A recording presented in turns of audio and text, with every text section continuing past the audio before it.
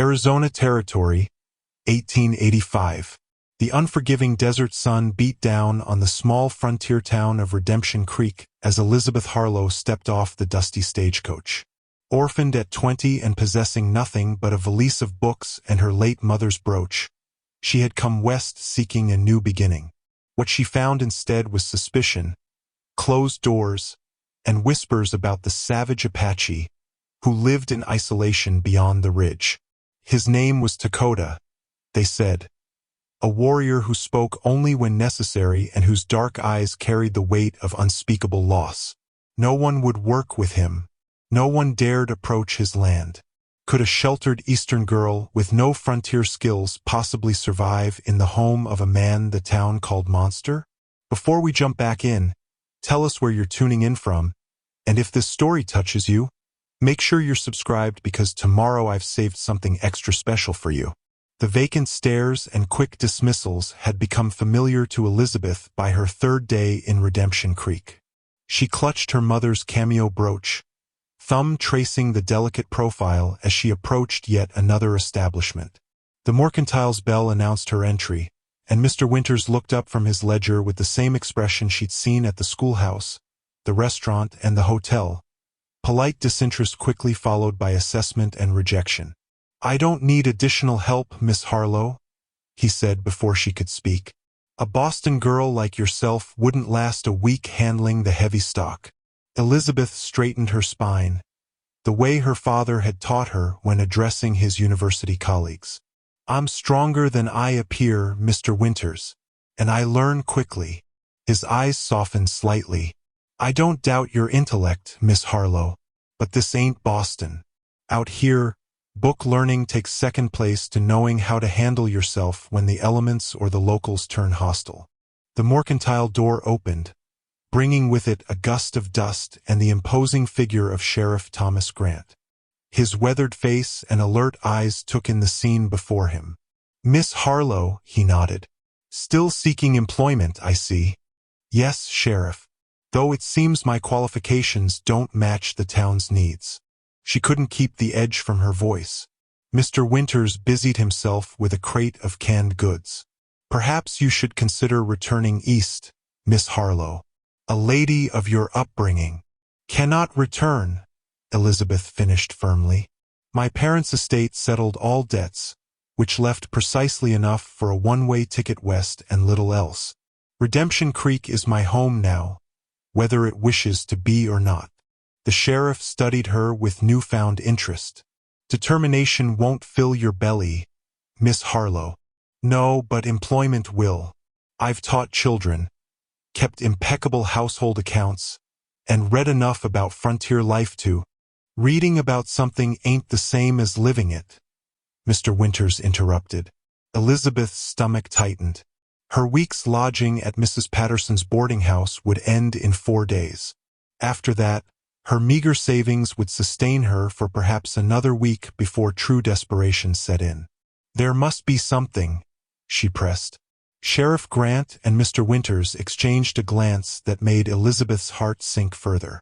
"Well," Mr. Winters said slowly, "there is one position that's been open for months, but—" "Thomas, you can't possibly suggest that," came a sharp voice from behind a shelf. Mrs. Abigail Patterson emerged, her stern face set with disapproval. "It wouldn't be proper." Elisabeth turned back to Mr. Winters. "What position?" The sheriff cleared his throat. "Takoda's trading post. He's been looking for help since his last assistant left." "Ran off, you mean?" Mrs. Patterson corrected. "No decent person would work for that savage." "Mrs. Patterson." Elisabeth couldn't hide her shock at the woman's bluntness. "The Apache ain't the problem," Sheriff Grant said carefully. "Takoda was a scout for the cavalry for years. Educated, too. But he keeps to himself now, and folks here have long memories about the Apache wars." "What exactly would this position entail?" Elisabeth asked. Mr. Winters shrugged. "Helping run his trading post. It's about 5 miles out of town. Does business with both settlers and various tribes. Needs someone to handle correspondence, keep books, manage the store when he's trading elsewhere. It sounds perfectly reasonable, Elisabeth said. It's isolated, Sheriff Grant warned. Just you and him out there. He doesn't speak much. Has a temper, they say. Elisabeth thought of her dwindling funds and the cool reception she'd received throughout town. When could I speak with him about the position? Mrs. Patterson made a disapproving sound. Child, you can't be serious. A refined girl like yourself, living alone with a what, Mrs. Patterson? Elisabeth asked quietly. A man who needs assistance with his business? A former cavalry scout? Or were you going to say something else? The older woman's cheeks colored. I'm merely concerned for your safety and reputation. He comes to town for supplies every other Wednesday, Mr. Winters offered. Should be here tomorrow, in fact. Elisabeth nodded, decision made. Then I shall speak with him tomorrow. Later, in her small rented room, Elisabeth sat on the edge of the narrow bed and opened her worn leather-bound copy of Indigenous Peoples of the American Southwest. Her father had given it to her on her 16th birthday, his marginalia filling the pages with additional insights. If she was to approach this Takoda, she would do so with knowledge and respect, not fear and prejudice. As she read by candlelight, memories of her parents' Boston home flooded back. The library where her father would discuss his anthropological theories, her mother's insistence that all people deserved dignity regardless of origin. Their progressive views had made them somewhat notorious in proper Boston society, but they had raised Elisabeth to see beyond superficial differences. Now, as the desert wind rattled her window, Elisabeth wondered if her parents' teachings would finally serve a purpose beyond academic interest. Tomorrow, she would meet the man the town feared. And perhaps, if fortune favored her, she would find her place in this harsh new world. Elisabeth woke before dawn, determined to make herself presentable for her meeting with Takoda. She smoothed her second-best dress, a practical navy cotton that had already begun to show wear at the cuffs, and pinned her mother's brooch at her throat. The small portrait carved in ivory was her talisman, a reminder of grace under pressure. As she descended the stairs to the boarding house's common room, Sheriff Grant was already seated at the breakfast table, nursing a cup of coffee. Miss Harlow, he nodded. Thought I might catch you early. Sheriff, she acknowledged, accepting the cup of coffee. Mrs. Patterson silently offered. Is something the matter? Wanted to speak with you about your plans today. He leaned forward, lowering his voice though they were alone. I understand your situation, but there are other options besides working for Takoda. Elisabeth stirred a small spoonful of sugar into her coffee. Such as, I could write to my sister in Denver. She runs a respectable boarding house, might need help with the books. That's very kind, but I've made my decision. Sheriff Grant's weathered face creased with concern.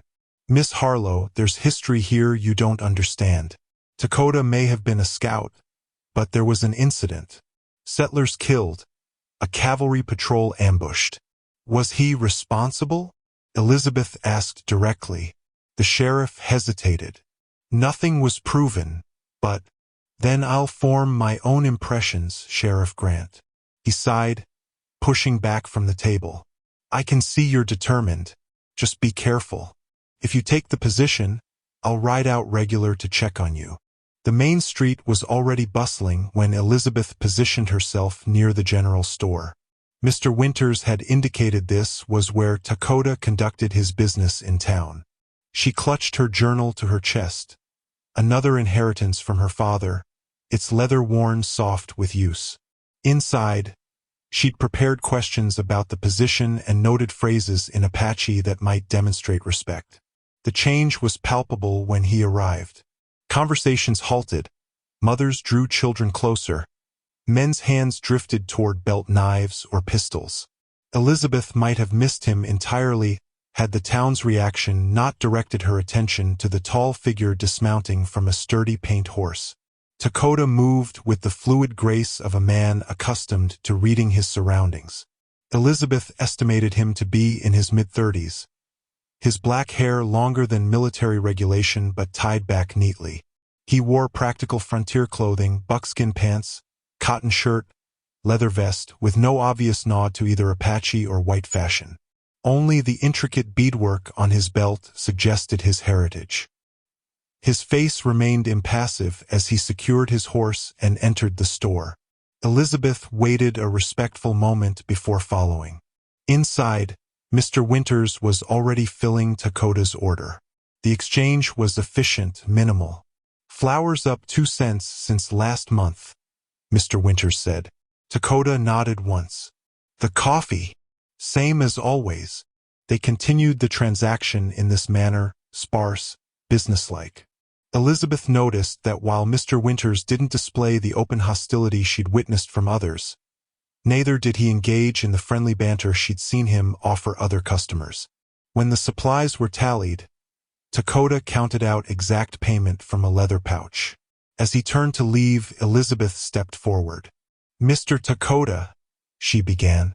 Dark eyes assessed her briefly before returning to his task. "Just Takoda. I'm Elisabeth Harlow. I understand you're looking for help at your trading post." He secured a bag of flour over his shoulder. "No, but Mr. Winters said, not looking for a Boston girl who'll run at the first coyote howl." He moved past her toward the door. Elisabeth followed, ignoring the stares of the other customers. "I don't scare easily, and I need the work." Outside, Takoda efficiently loaded his supplies onto a packhorse. His movements were economical, practiced. "I can read and write," Elisabeth persisted. "I keep excellent accounts. I'm willing to learn whatever else is required." He turned to face her fully for the first time. His eyes were not the cold, merciless orbs town gossip had described, but they held something Elisabeth couldn't quite name. Wariness, perhaps, or a deep fatigue. "You wouldn't last a day, Boston girl." His voice was low, accented but clear. "Find work in town. I've tried. No one will hire me. Then go back east." "I cannot." Something flickered in his expression, recognition, perhaps. He turned back to his horses. "The work is hard, isolated, dangerous sometimes. I understand." "No," he said firmly. "You don't. But you will." He mounted his horse. 3 days. If you can't handle it, you leave." Elisabeth's heart leaped. "When shall I?" "Tomorrow. Noon. Sheriff knows the way." With that, he nudged his horse forward, the packhorse following obediently behind. As Elisabeth watched him ride away, Mrs. Patterson appeared at her side, face tight with disapproval. "You'll regret this decision, Miss Harlow. Those savages can't be trusted, especially one who's turned his back on both worlds." Elisabeth tucked her journal into her pocket. "Thank you for your concern, Mrs. Patterson, but my mind is made up." That night, as Elisabeth packed her meager belongings, she wrote in her journal by candlelight, "Tomorrow I begin a new chapter, not just in this book but in life itself. They call him savage, yet I saw something familiar in his eyes, the look of someone who belongs nowhere. Perhaps that is why I feel drawn to this opportunity. Two outsiders might understand each other where others have failed." Dawn found Elisabeth already awake, her weathered book on native tribes open beside her packed valise. She had spent much of the night reading by candlelight, absorbing what information she could about Apache customs and traditions. Her father's notations in the margins provided additional insights. He had spent a season with the Chiricahua Apache in his younger days, before settling into academic life in Boston. "The Apache value action over words," he had written. "Watch more than you speak. Earn respect through deeds, not promises."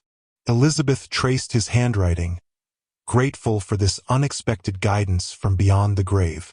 How often her father had spoken of the dignity and wisdom he had encountered among the native peoples. How disappointed he would be to hear the casual prejudice that permeated Redemption Creek. A soft knock interrupted her thoughts. Mrs. Patterson entered without waiting for a response, carrying a breakfast tray. I thought you might want to eat before your journey, she said, her tone suggesting she was attending a funeral rather than a departure. Thank you, Mrs. Patterson. Elisabeth closed her book and accepted the offered meal. The older woman hovered, clearly wanting to speak. Finally, she sighed and sat on the edge of the bed. My dear, I feel responsible. Perhaps if I had been more diligent in helping you find suitable employment. You've been very kind, Elisabeth interrupted gently. But this position suits my needs. Does it? Mrs. Patterson's voice sharpened. A young, unmarried woman living alone with a man. And not just any man, but a savage who. Please don't use that word, Elisabeth said quietly. I beg your pardon? Savage. It's unkind and inaccurate. Takoda was educated in white schools and served the U.S. Cavalry. Mrs. Patterson's lips thinned. Education doesn't change what's in the blood. Elisabeth thought of her father's university colleagues, men of supposed learning who still harbored antiquated notions about race and character. I disagree, and I believe my father would as well. Your father isn't here to protect you, Mrs. Patterson said bluntly. Out there, 5 miles from town, no one will hear you if... She stopped abruptly.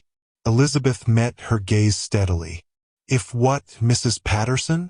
The older woman looked away. There are stories about what happened to his white wife. This was new information. Elisabeth carefully set down her teacup. Takoda was married? To a missionary's daughter. She died under unclear circumstances. Mrs. Patterson stood. Sheriff Grant will be here at 11 to escort you. I've packed some extra biscuits for your journey. After she left, Elisabeth returned to her book, searching for any mention of intermarriage between Apache men and white women. She found little beyond general disapproval from both cultures. Another mystery about the man who was to be her employer. Sheriff Grant arrived precisely at 11, his expression grim as he loaded Elisabeth's valise onto his horse. Last chance to reconsider, Miss Harlow, he said as he helped her mount the spare horse he'd brought. I appreciate your concern, Sheriff, but my decision stands. They rode in silence through town, enduring stares and whispers. At the edge of Redemption Creek, they passed a substantial ranch house where a man in cattleman's clothes watched their progress from the porch. William Blackwood, Sheriff Grant explained, noticing her glance. Largest ranch in the territory. He's had his eye on Takoda's land for years. Why hasn't he purchased it? It's not for sale. Sacred ground, according to Takoda. And the water rights are valuable, reliable spring that never runs dry, even in drought years. The landscape changed as they rode, the scrubby desert giving way to more varied terrain. Small arroyos cut through the land, lined with cottonwoods and willows that suggested hidden water sources. In the distance, rugged mountains rose against the sky. It's beautiful, Elisabeth murmured. Deadly too, if you don't know how to read it, Sheriff Grant replied. Heat, rattlesnakes, flash floods, plenty of ways for the desert to kill you. Then I shall have to learn to read it, she said simply. The sheriff gave her a considering look. You're not what I expected, Miss Harlow. Few of us are exactly what others expect, Sheriff. As they crested a rise, Elisabeth saw it. A cluster of structures nestled against a low mesa. The main building was larger than she had anticipated, constructed of adobe with a wooden porch spanning its length. Several smaller outbuildings surrounded it, and in the distance, she could see a corral with horses. Takoda built most of it himself, Sheriff Grant said. The trading post has been there for generations, neutral ground between tribes and settlers. His grandfather ran it before him. Elisabeth felt a flutter of nervousness as they approached. This would be her home now, at least for 3 days, possibly longer if she proved herself capable. Takoda emerged from the main building as they rode into the yard. He nodded once to the sheriff, then turned his attention to Elisabeth. You came, he said, as if he had half expected her to change her mind. Elisabeth dismounted without assistance, straightening her skirts. "I said I would." Something that might have been approval flickered in his eyes. He took her valise from the sheriff's horse. "I'll show you where you'll stay." He started toward the main building, clearly expecting her to follow. Sheriff Grant caught her arm. "I'll check in after 3 days," he said quietly. "If anything happens before then." "Thank you, Sheriff." Elisabeth gently extracted her arm. "I'll be fine." She followed Takoda into what would be either her sanctuary or her challenge. Perhaps both, leaving the sheriff and the familiar world behind. The small room Takoda showed Elisabeth was attached to the main trading building but had its own entrance, a consideration for propriety she hadn't expected. Simple furnishings filled the space. A narrow bed with a surprisingly clean quilt, a washstand with basin and pitcher, a small table with a lamp, and a peg rack for clothing. A single window faced east, allowing morning light to filter through a thin cotton curtain. "You sleep here. Work there." Takoda gestured toward the doorway that connected to the trading post. "Water from the pump outside. Outhouse behind the small shed." Elisabeth set her valise on the bed. "Thank you. It's more comfortable than I anticipated." He gave a slight nod. "Previous assistant used it." "What happened to them?" Elisabeth asked, recalling Mrs. Patterson's comment about someone running off. He decided frontier life wasn't for him. Takoda's tone discouraged further questions. "Rest today. Tomorrow we start early." Left alone, Elisabeth unpacked her few belongings, arranging them with care. The wooden wagon that had transported her from town with Sheriff Grant had delivered her to a life utterly foreign to her Boston upbringing. The silence struck her first. Not complete silence, but the absence of human sounds. No street vendors calling their wares, no carriage wheels on cobblestones, no neighbors conversing through open windows. Instead, she heard the wind through the scrub brush, the occasional cry of a hawk, the distant nickering of horses. She opened her journal and recorded her first impressions. "The trading post is more substantial than I imagined. Takoda himself remains a mystery, a man of few words who observes much. I sense neither hostility nor welcome from him, merely assessment. I must prove myself capable." As afternoon faded into evening, Elisabeth ventured into the main building. The trading post's interior was well organized, with shelves of goods along the walls and tables displaying items for trade. One section held goods clearly intended for white settlers, manufactured tools, canned goods, bolts of fabric. Another displayed items that appeared to be of native craftsmanship, beautifully tanned hides, intricate beadwork, woven baskets. A movement caught her attention. Takoda stood in the doorway watching her. "I hope you don't mind," she said. "I wanted to familiarize myself with the stock." "Good." He approached, gesturing to various sections. "Tribal goods there. Trade items there. Records here." He opened a drawer beneath the counter, revealing a ledger book and correspondence files. "You handle these tomorrow." Elisabeth nodded. "And what about meals? Should I prepare my own or—" "Kitchen behind trading room. We share cooking." He paused. "Your turn tonight." The statement landed like a challenge. Elisabeth had never prepared a meal without the assistance of household staff. Her mother had insisted she learn basic cooking principles, considering it part of a proper education, but theory differed vastly from practice. "Of course," she said with more confidence than she felt. The kitchen proved to be a simple room with a wood-burning stove, a work table, and shelves of basic provisions. Elisabeth stared at the unfamiliar equipment, trying to recall her mother's instructions. Beans seemed simplest. She found a pot, filled it with water from a covered bucket, added dried beans, and placed it on the stove. Bread would take too long to rise and bake. She found flour, lard, and salt, remembering the biscuits Mrs. Patterson had made. How difficult could they be? An hour later, smoke filled the kitchen.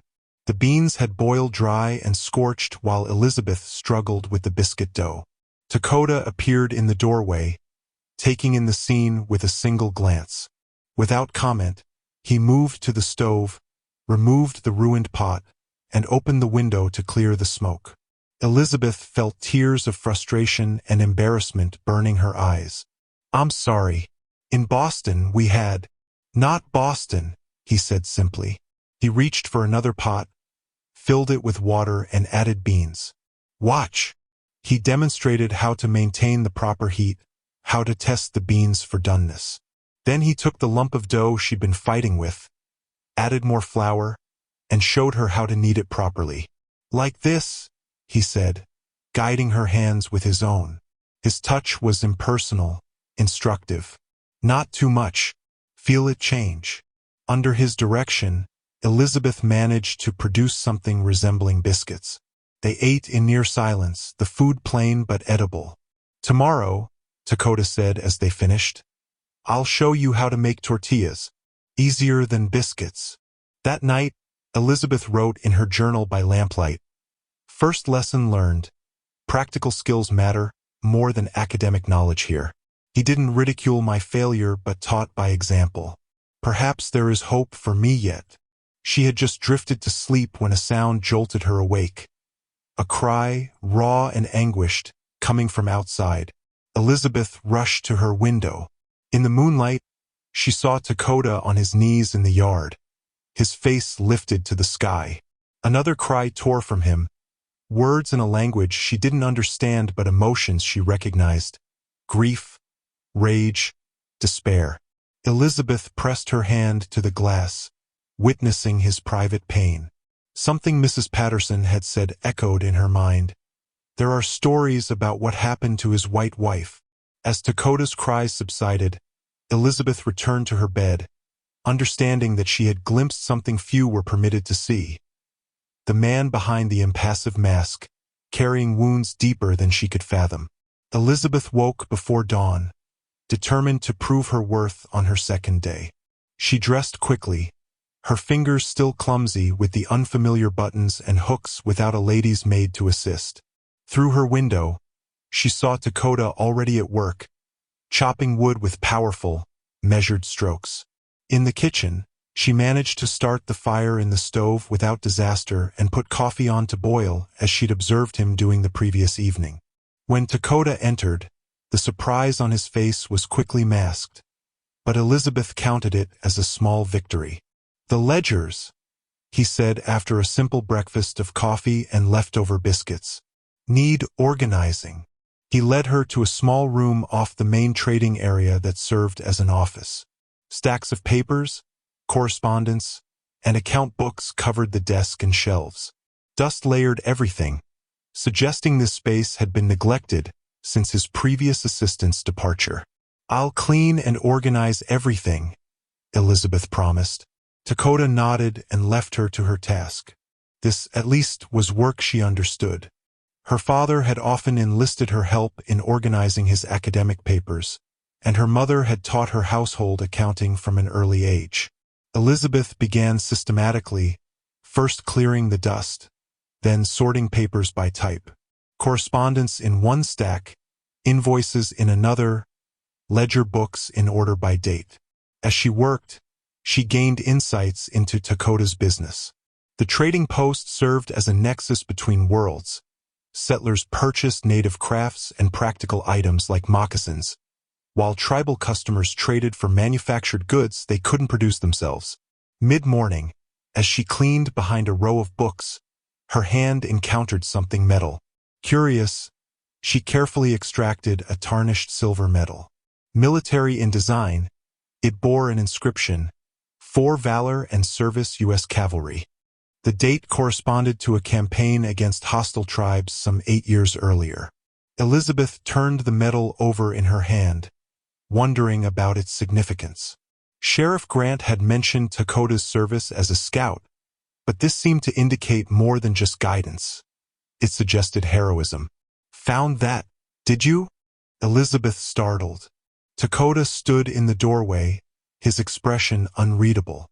"I'm sorry," she said quickly. I didn't mean to pry. It was behind the books. He crossed the room and held out his hand. Elisabeth placed the medal in his palm, noting the gentleness with which he handled it, despite his impassive face. They give medals, he said quietly. Then take everything else. He slipped the medal into his pocket. Customers coming. You'll help.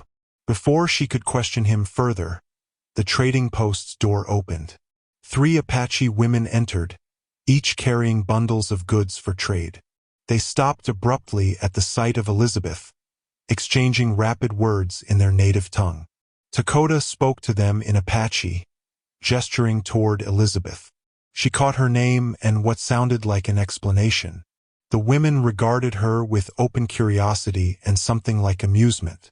They bring baskets, beadwork, Takoda explained in English. You learn value, help trade. For the next hour, Elisabeth observed the trading process. The women placed their goods on the counter, exquisitely crafted baskets, beaded moccasins, leather pouches. Takoda assessed each item, offering store credit in exchange. The women then selected goods, coffee, sugar, fabric, metal needles.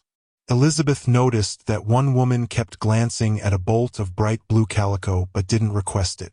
When the trading concluded, she impulsively took the fabric down. Would you like this? She asked, knowing the woman probably didn't understand her words. Takoda translated. The woman's eyes lit up, but she shook her head, making a gesture that suggested it cost too much. Elisabeth looked to Takoda. What if she brought more baskets next time? Could she have credit toward it? A flicker of surprise crossed his face before he translated her offer. The woman smiled, the first genuine smile directed at Elisabeth since her arrival in Arizona territory. A rapid conversation followed, with Takoda making notations in the ledger. She will bring more baskets, he said. 2 weeks. After the women left, Elisabeth felt a small glow of accomplishment. They seemed pleased. You offered fair trade, Takoda acknowledged. Good business. The door opened again, but this time the atmosphere instantly changed. A burly settler with a thick beard and the smell of whiskey about him entered, his gaze landing on Elisabeth with undisguised surprise and then something uglier. Well now, he drawled. Didn't believe the rumors, but here you are. Pretty little thing working for the savage. Elisabeth stiffened. Sir, I'd appreciate if you'd state your business or leave. The man laughed. Got spirit, don't she? Tell me, girl, he paying you extra for special services?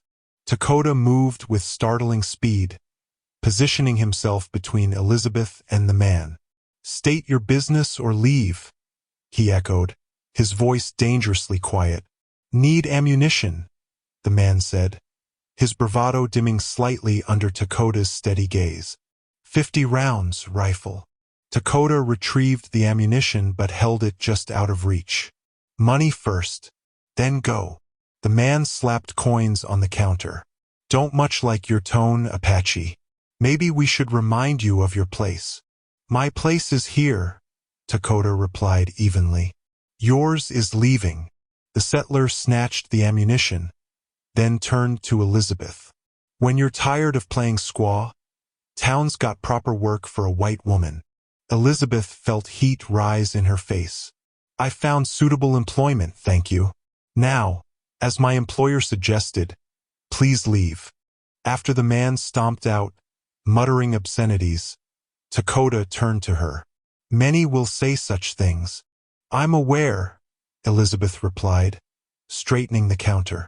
People often fear what they don't understand.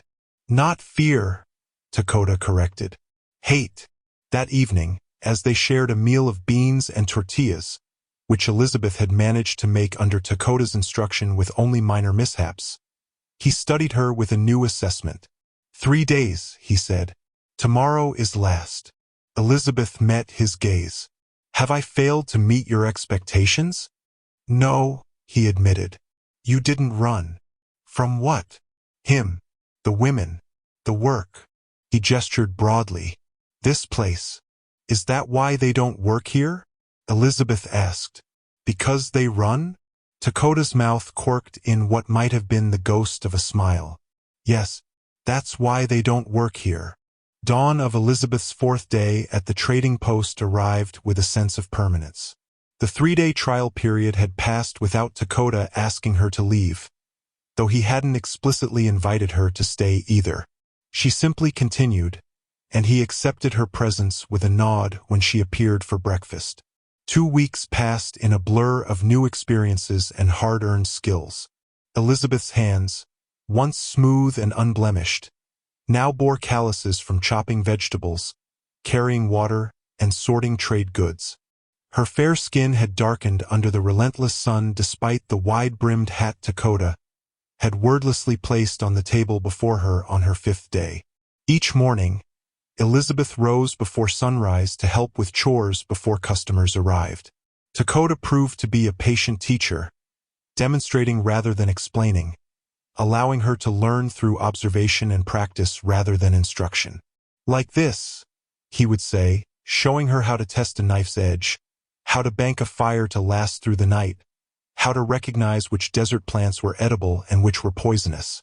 The trading post ledgers now reflected Elisabeth's careful handwriting, organized, balanced, and annotated with observations about customer preferences and seasonal demands. She had discovered in Takoda a surprising mathematical precision and business acumen that belied his taciturn demeanor. One morning, as Elisabeth swept the trading post porch, dust on the horizon announced an approaching rider. She shaded her eyes, recognizing Sheriff Grant's silhouette long before he reached the yard. "Miss Harlow," he called as he dismounted. "Still with us, I see." "Sheriff Grant," she greeted him, suddenly conscious of her appearance. Hair simply braided, dress faded from washing, hands roughened from work. "What brings you all this way?" "Promised to check on you." His eyes assessed her. "You look different." "Frontier life agrees with me," she replied, gesturing toward the door. "Would you care for coffee?" Inside, Takoda acknowledged the sheriff with a nod before returning to the arrows he was fletching. The tension between the men was palpable but not hostile, a wariness born of history Elisabeth didn't fully understand. As she poured coffee, Sheriff Grant surveyed the trading post. "Place looks better organized than I've seen it in years." "Miss Harlow has improved many things," Takoda said unexpectedly. The sheriff's eyebrows rose at this rare praise. "Glad to hear it." He turned to Elisabeth. "Any troubles I should know about?" She thought of the nightmares she still occasionally heard, of the hostile settler who had returned once more with similar insults, of the hidden metal and unspoken history. "Nothing I can't manage. Mrs. Patterson asks after you. Perhaps you could write to ease her concerns." "I've sent 2 letters already," Elisabeth said, "though I suspect nothing will truly ease her mind except my return to civilization." The sheriff's mouth quirked. "She's not alone in that opinion." He leaned closer, lowering his voice. "Blackwood's been asking questions about you in town. Seems mighty interested in a woman living out here with Takoda." From the corner, Takoda spoke without looking up from his work. "Blackwood always interested in what's mine." The possessive phrasing wasn't lost on Elisabeth, though she knew it referred to the trading post rather than herself. Still, something warm flickered in her chest at being included in what Takoda considered his domain. "Well, I should get back," Sheriff Grant said, finishing his coffee. "Town council meeting tonight." As Elisabeth walked him to his horse, the sheriff paused. "Miss Harlow, William Blackwood is a powerful man in this territory. His interest is concerning." "Why would he concern himself with me?" "It's not you specifically." Sheriff Grant glanced toward the trading post. "It's this land, the water rights, and his history with Takoda." "What history?" The sheriff hesitated. "Not my story to tell. Just be careful." After he rode away, Elisabeth returned to find Takoda standing on the porch, his gaze fixed on the horizon where a dust cloud marked the sheriff's departure. "What does William Blackwood want with this land?" she asked directly. Takoda unfolded a worn leather map and spread it on the porch railing. His finger traced the boundaries of the trading post property, then moved to the stream that cut through it. "Water," he said simply. "Desert ranching needs water. This stream never dries, even in drought years." The map was beautifully rendered, showing topographical features with remarkable precision. Takoda's finger moved to a circular, marking near the mesa behind the trading post. "And this," his expression tightened. "Sacred ground. Ancestors." Elisabeth studied the detailed map, recognizing the work of someone intimately familiar with the land. "Did you draw this?" He nodded. "No, every rock, every arroyo, every path. And Blackwood wants it all? Has wanted it for many years." Takoda carefully refolded the map. "We'll never have it." That afternoon, as if summoned by their conversation, William Blackwood himself appeared. He rode into the yard on a magnificent black stallion, flanked by 2 ranch hands who remained mounted while he dismounted. Elisabeth was alone in the trading post, Takoda having gone to check his trap lines. Blackwood removed his hat as he entered, revealing silver-streaked dark hair and a face that might have been handsome if not for the coldness in his eyes. "Miss Harlow, I presume?" His voice carried the refinement of Eastern education. "William Blackwood. I own the Double B Ranch." "Mr. Blackwood," Elisabeth acknowledged, maintaining her position behind the counter. "What brings you to the trading post today?" "Curiosity, mainly." He glanced around, taking in the organized shelves and clean floors. "Town's been buzzing with talk of the Boston lady who's taken up with the Apache. I'm employed here, Mr. Blackwood. Nothing more." His smile didn't reach his eyes. "Of course, though I wonder if you fully understand your employer's background." "I understand enough." "Do you?" He stepped closer. "Did he tell you about the massacre? About what he did to those settlers?" Elisabeth kept her voice steady.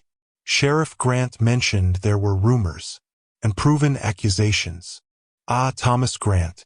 Always careful with his words." Blackwood's tone hardened. "Some of us were there, Miss Harlow. We saw the aftermath." Elisabeth was saved from responding to Blackwood's accusation by Takoda's return. He entered silently, a string of rabbits over his shoulder, his presence immediately filling the trading post. The temperature in the room seemed to drop as the 2 men locked eyes. "Blackwood," Takoda acknowledged, his voice neutral but his posture alert. "Takoda."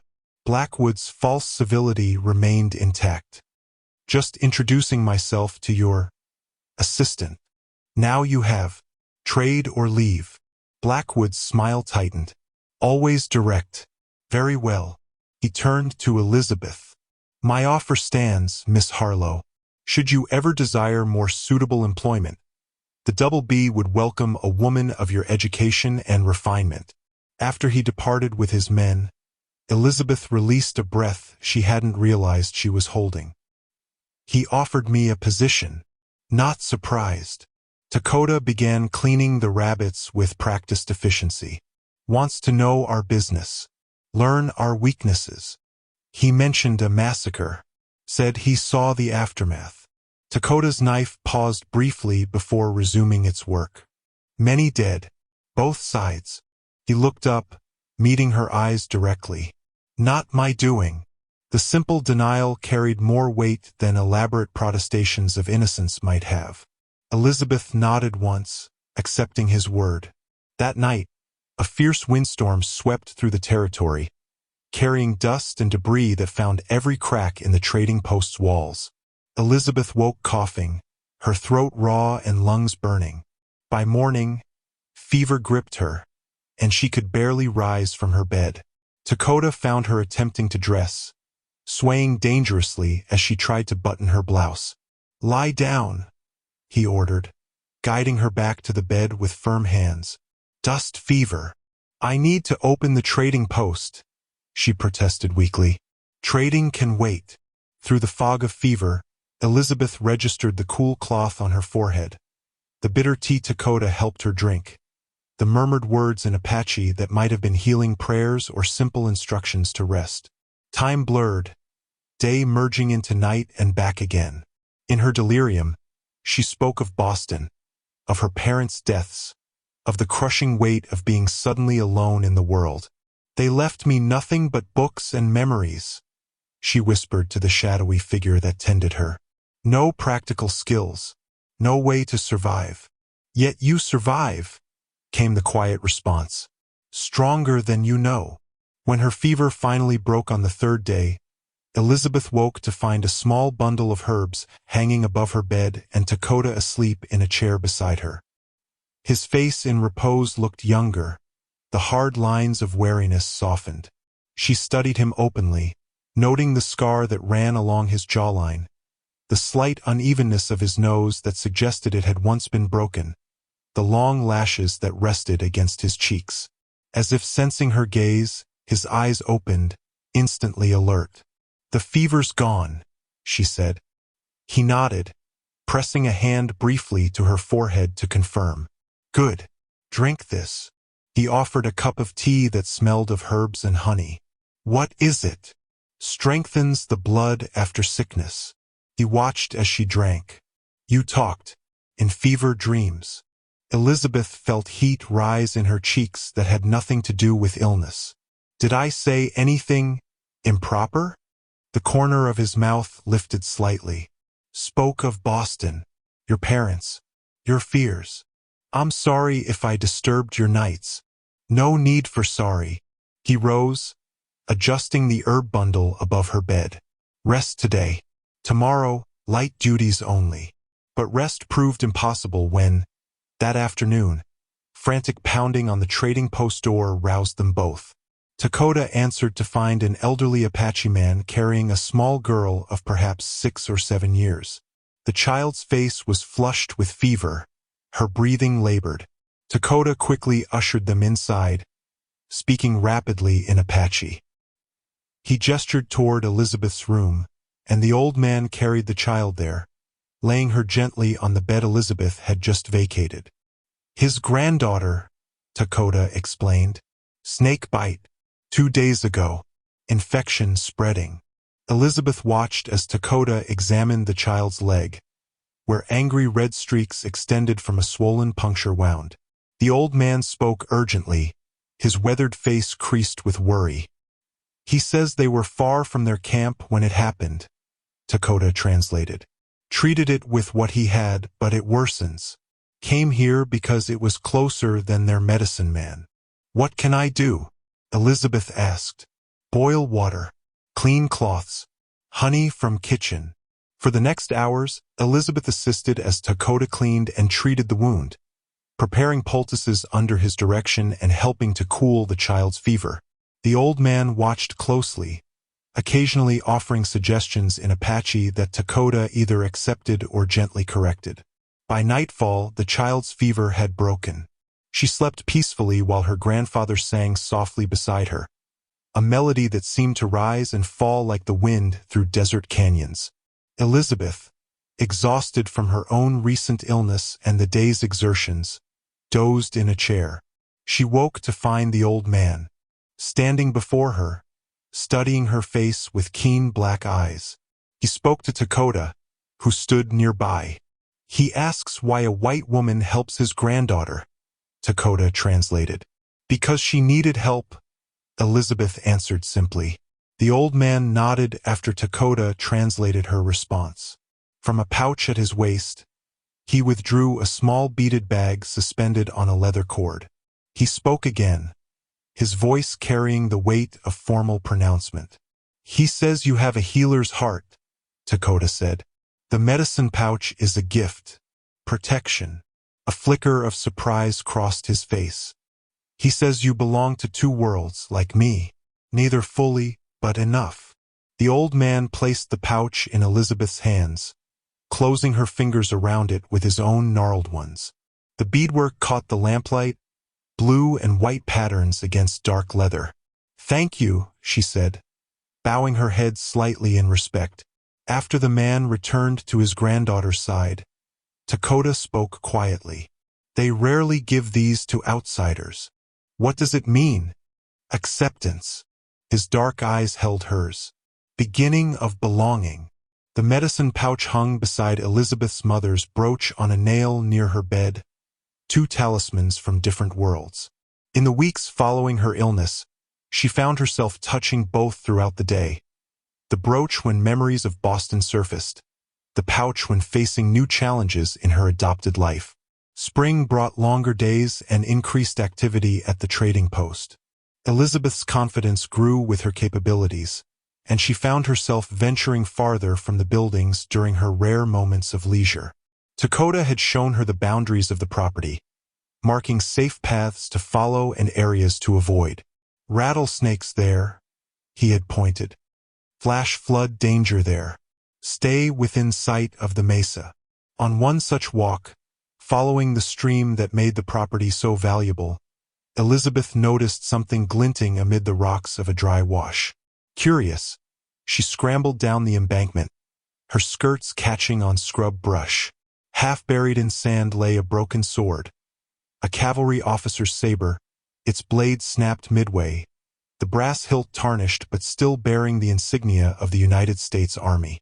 Elisabeth carefully extracted it, brushing away dirt to reveal dried bloodstains on what remained of the blade.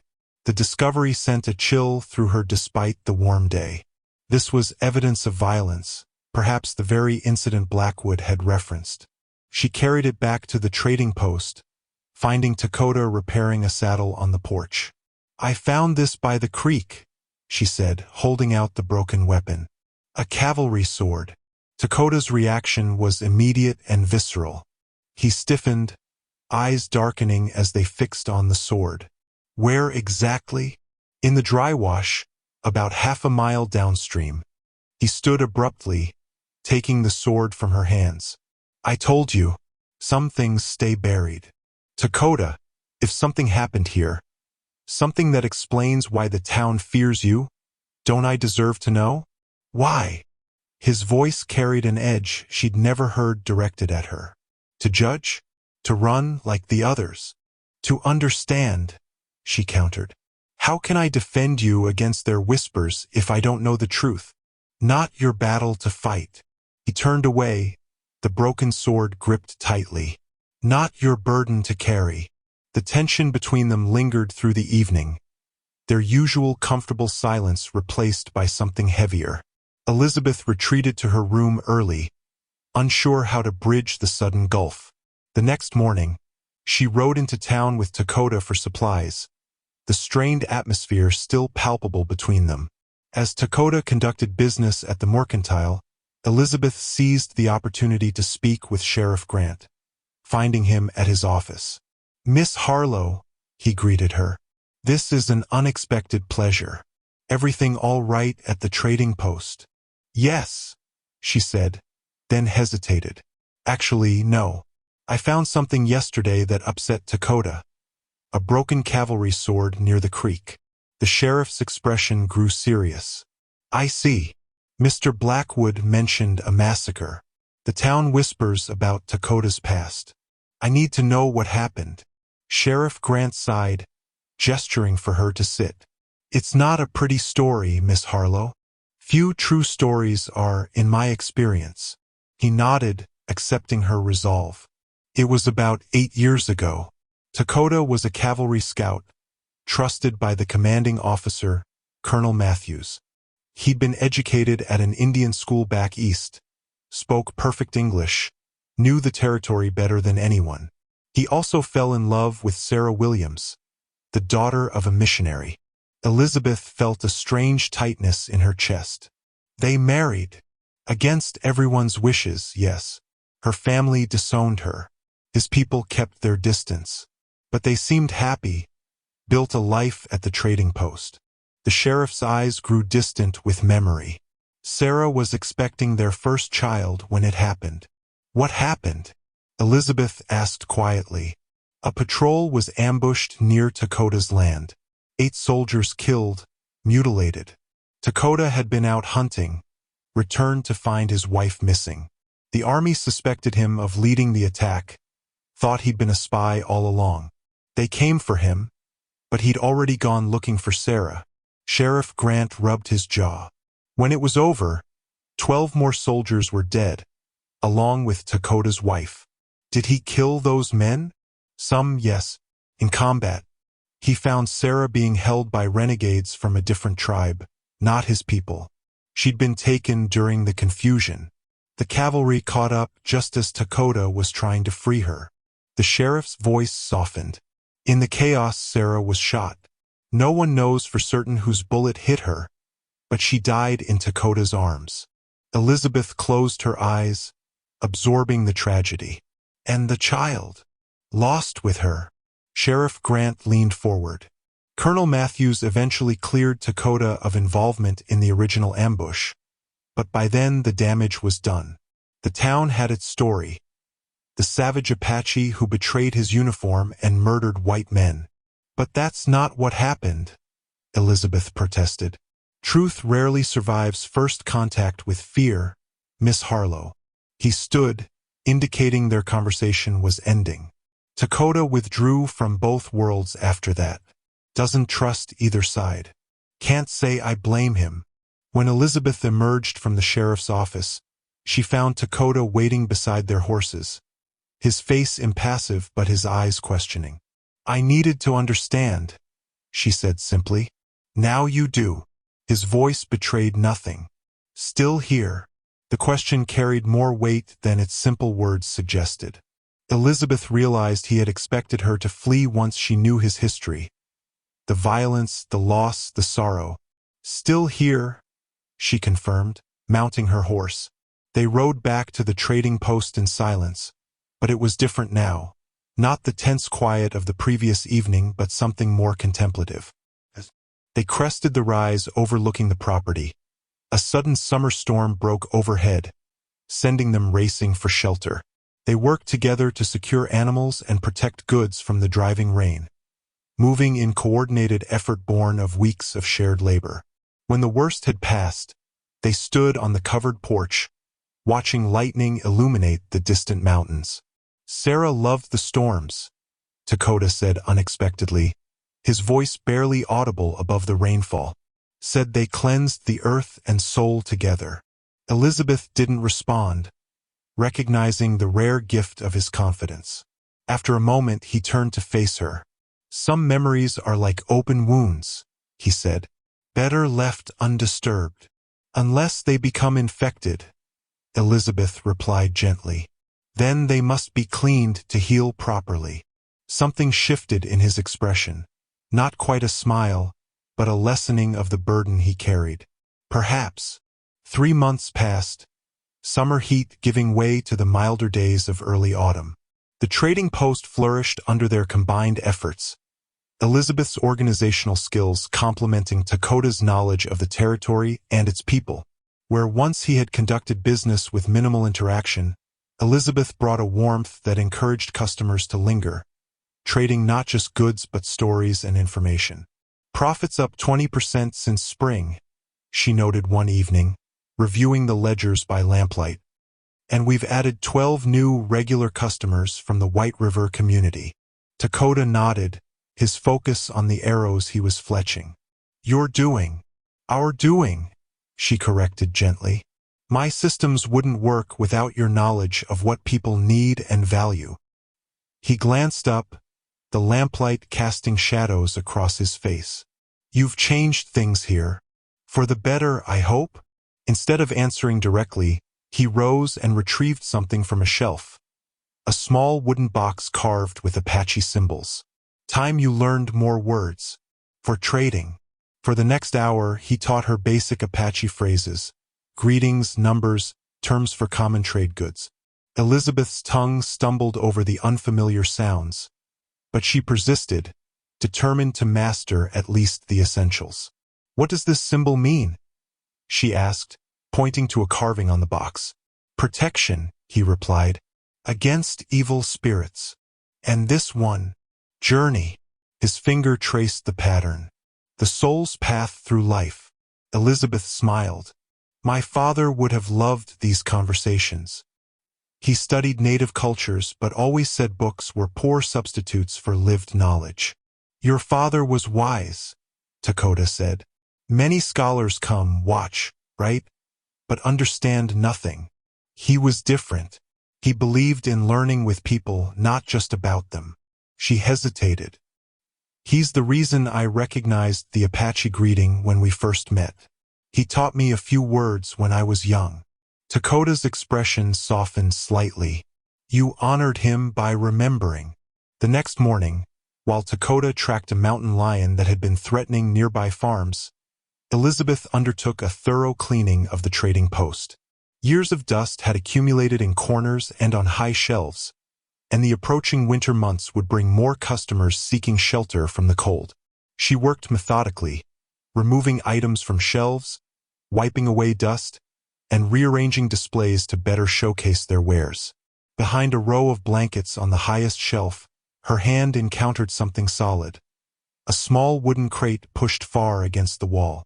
Standing on a chair, Elisabeth carefully brought it down, curiosity overcoming her sense that this might be another private item like the medal. The crate contained various personal effects: a carved pipe, military insignia, several letters in careful handwriting, and at the bottom, a photograph in a simple wooden frame. Elisabeth's breath caught as she lifted it. The image showed a younger Takoda in cavalry scout uniform standing beside a slender white woman. His expression was solemn but his posture protective, one hand resting lightly on the woman's shoulder.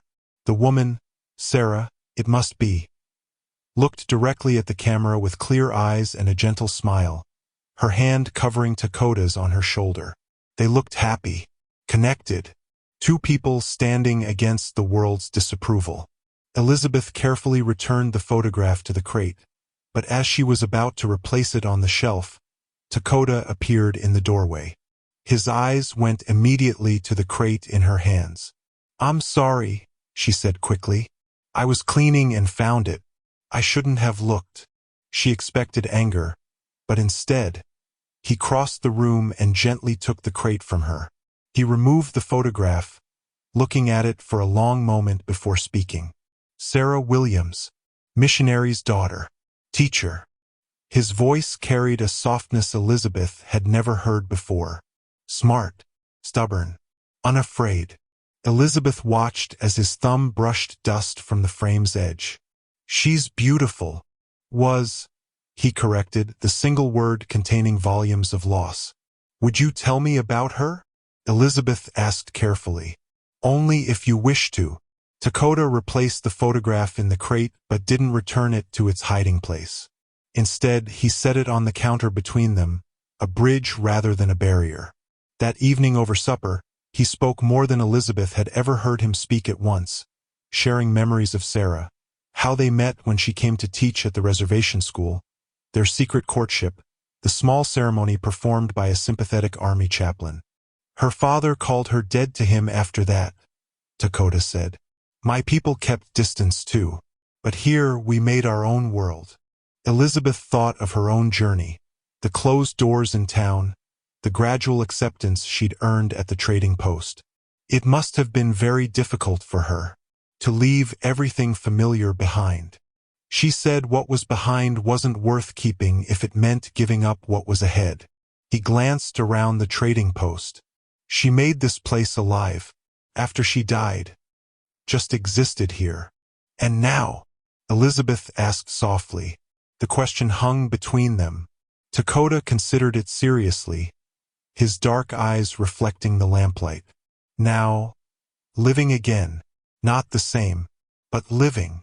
Later, as they cleared the supper dishes, Takoda misjudged a movement, sending a plate crashing to the floor.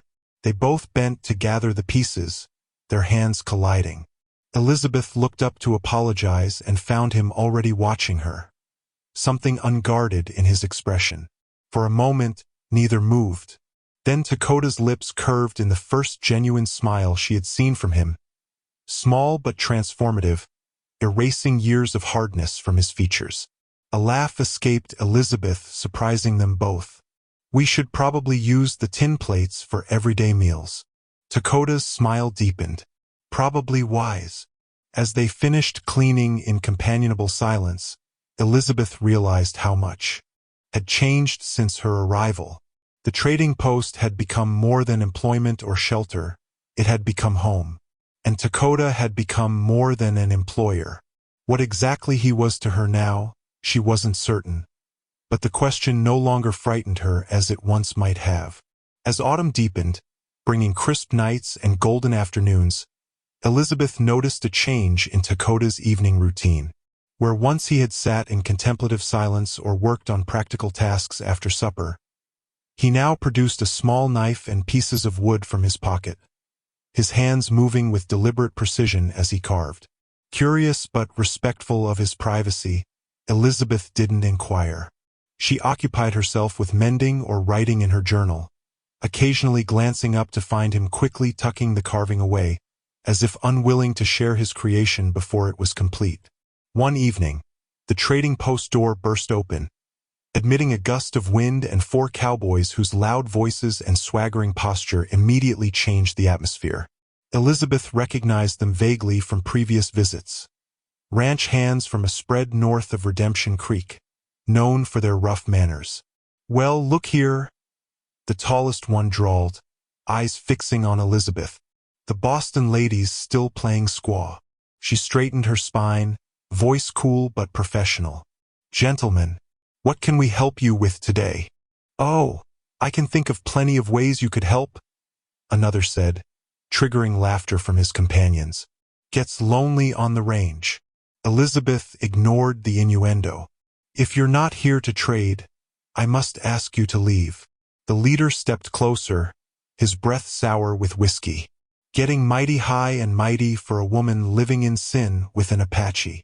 Takoda appeared from the storeroom, his presence filling the doorway. He carried no weapon, but something in his stance caused the cowboys to shift uneasily.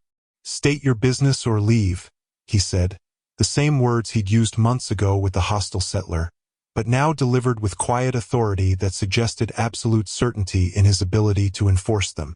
The cowboys exchanged glances, bravado wavering. "Need tobacco and ammunition," the leader muttered, suddenly businesslike.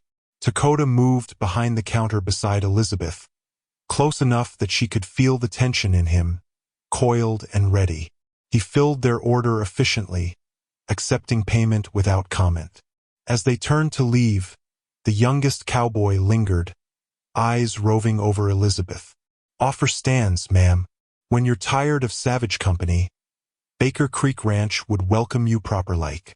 "Mr. Takoda's company suits me perfectly well," Elisabeth replied. "Good day, gentlemen." After they departed, she released a breath she hadn't realized she was holding. "Thank you." Takoda's expression remained hard as he watched the men ride away. "Not the first. Won't be the last." "No," she agreed. "But they're becoming easier to handle." She smiled slightly. "I've developed a thicker skin since arriving in Redemption Creek." He studied her face. "You have changed." "Have I?" She touched her hair, now simply braided rather than elaborately arranged. Her once delicate hands had grown strong and capable, her skin sun-darkened. Even her speech had altered, becoming more direct, less adorned with the polite circumlocutions of Boston society. "Not just outside," Takoda clarified. "Inside. Stronger." The observation warmed her unexpectedly. A necessary adaptation to frontier life. More than that. His dark eyes held hers. "Finding your true self." Later that evening, as Elisabeth prepared for bed, she caught her reflection in the small mirror above her washstand. Takoda was right. She had changed, becoming someone her Boston acquaintances might not recognize. Strangely, she felt more herself than ever before, as if the layers of societal expectation had been stripped away, revealing the woman beneath. The realization brought another, more troubling thought. Her feelings for Takoda had evolved from wary respect to friendship and now, something more complex. Something that caused her heart to quicken when their hands accidentally touched, or when his rare smile transformed his solemn features. Foolishness, she whispered to her reflection. Utter foolishness. The next day brought an unexpected visitor, Mrs. Patterson from the boarding house, arriving in a rented buggy laden with supplies. Miss Harlow, she called, gathering her skirts as she descended. I've brought provisions and proper civilization. Elisabeth welcomed her with genuine pleasure. Despite their differences, Mrs. Patterson had shown her kindness when she first arrived in Redemption Creek. Mrs. Patterson, what a lovely surprise. Please, come inside. The older woman's eyes widened as she entered the trading post, taking in the neat displays, organized shelves, and touches of domestic comfort Elisabeth had added, curtains at the windows, a vase of dried wildflowers on the counter. Well, she said, clearly surprised, you've made it quite habitable. It's become home, Elisabeth admitted, preparing coffee for her guest. Mrs. Patterson lowered her voice, though Takoda was outside tending to horses. I've been so worried about you, my dear, living out here alone with Mr. Takoda. Your concern is appreciated but unnecessary, Elisabeth assured her. I'm quite content. Content. Mrs. Patterson's voice rose. My dear girl, you were raised for better than this. Your hands. She took Elisabeth's fingers, examining the calluses and small scars of frontier work. Look what's become of you. I've become useful, Elisabeth said gently, and respected for my capabilities rather than my family name or social graces. Mrs. Patterson's expression softened with genuine concern. But at what cost? Your reputation, your future prospects. My future is here, Elisabeth said, surprising herself with the certainty she felt. The trading post provides everything I need. Does it? Mrs. Patterson's gaze was shrewd. And what of companionship? Marriage? Children? The things a woman naturally desires. Before Elisabeth could respond, Takoda entered, acknowledging Mrs. Patterson with a polite nod before moving to the storeroom. The older woman waited until he was out of earshot before continuing. He may be educated, even gentlemanly at times, but there are fundamental differences that cannot be overcome. Surely you understand that. Elisabeth felt a flush rising in her cheeks. Mrs. Patterson, you misunderstand our relationship. We are business partners, nothing more. Are you certain he shares that understanding? The older woman gathered her shawl around her shoulders. Men have needs, my dear, especially those not bound by Christian principles. Takoda has shown me nothing but respect, Elisabeth said firmly. More than I can say for many Christian men I've encountered. After Mrs. Patterson departed, clearly dissatisfied with Elisabeth's defense of her situation, Takoda emerged from the storeroom. She fears for you, he observed. She doesn't understand, Elisabeth replied. Few do. He hesitated, then withdrew something from his pocket. A small, exquisitely carved wooden horse. For you. Elisabeth accepted it with wonder, turning the figure in her hands. Every detail was perfect. The flowing mane, the powerful muscles, the spirit captured in wood. It's beautiful, she breathed. Thank you. You belong to neither world now, he said quietly, echoing his words from months before. But this time they held a different meaning, not isolation but possibility. The first frost came early, crystallizing the desert into a glittering wonderland that vanished with the morning sun. Elisabeth and Takoda worked steadily to prepare the trading post for winter, repairing the roof, sealing gaps in walls, and stockpiling firewood. Winter brings different customers, Takoda explained as they worked. Tribes from north seek shelter during trading, need extra blankets, sleeping space. Elisabeth nodded, making mental notes for arrangements. We should clear the storeroom, perhaps add more pallets. Good thinking. He handed her another log for the growing woodpile. Winter also brings desperate men. Outlaws, drifters. More dangerous than summer.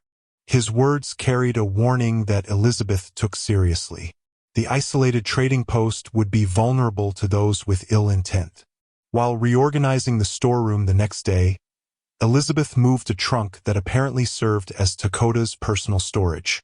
The latch was loose, and as she shifted it, the lid opened slightly. She meant to close it immediately, respecting his privacy, but a glint of silver caught her eye. A woman's hairbrush, its handle elaborately engraved with flowers and vines. Without thinking, she lifted it from the trunk. The silver was tarnished but had been polished in places, as if frequently handled. Several strands of long dark hair remained caught in the bristles, carefully preserved. Sarah's. Elisabeth startled at Takoda's voice behind her. She turned, still holding the brush, her face warm with embarrassment. I'm sorry. The trunk opened when I moved it. I didn't mean to pry. To her surprise, he showed no anger. He gently took the brush from her hands, his thumb tracing the engraved pattern. Wedding gift from her mother, he said quietly. Only thing her family gave her after she chose me. Elisabeth watched as he carefully returned the brush to the trunk. You still miss her very much. It wasn't a question, but he answered anyway. Every day. He closed the trunk but remained beside it, as if deciding something. Would you like tea? I will tell you about her. They sat on the porch despite the chill, wrapped in blankets, steaming cups warming their hands. Takoda spoke with a quiet intensity, sharing memories he had kept buried for years. Sarah came west with her missionary father, 17, full of ideas about helping poor savages. A faint smile touched his lips. I was Army Scout then, educated at Carlisle Indian School. Spoke better English than most soldiers. She was surprised. I imagine so, Elisabeth said, thinking of her own preconceptions when she'd first arrived. She taught at reservation school. I helped translate sometimes. She learned Apache words, respected our ways. His voice softened. Unlike others, she asked questions, listened to answers. Saw people, not savages. Their courtship had been conducted in secret, stolen moments during his visits to the reservation, letters hidden in books, rare meetings in town under the guise of official business. Her father discovered us, forbade her to see me. Takoda's jaw tightened at the memory, said he would send her east. So we married. Army chaplain performed ceremony. Small, private. And her family disowned her, Elisabeth said, recalling Sheriff Grant's words. Takoda nodded. My people also disapproved. Mixed marriages bring trouble, they said. We're right. He described their brief happiness at the trading post, the joy of expecting their first child, the plans they had made for a future that would never come. The day it happened, I was hunting. Came home to find signs of struggle.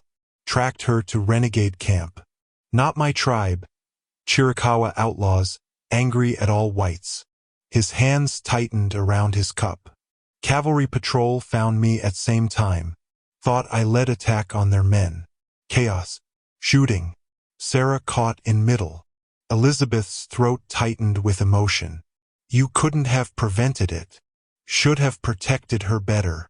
His voice was rough with old grief. She died in my arms. Her last words were our child's name, David. For my father. They sat in silence as the sun dipped toward the horizon, casting long shadows across the yard. Finally, Takoda spoke again. After I belonged nowhere.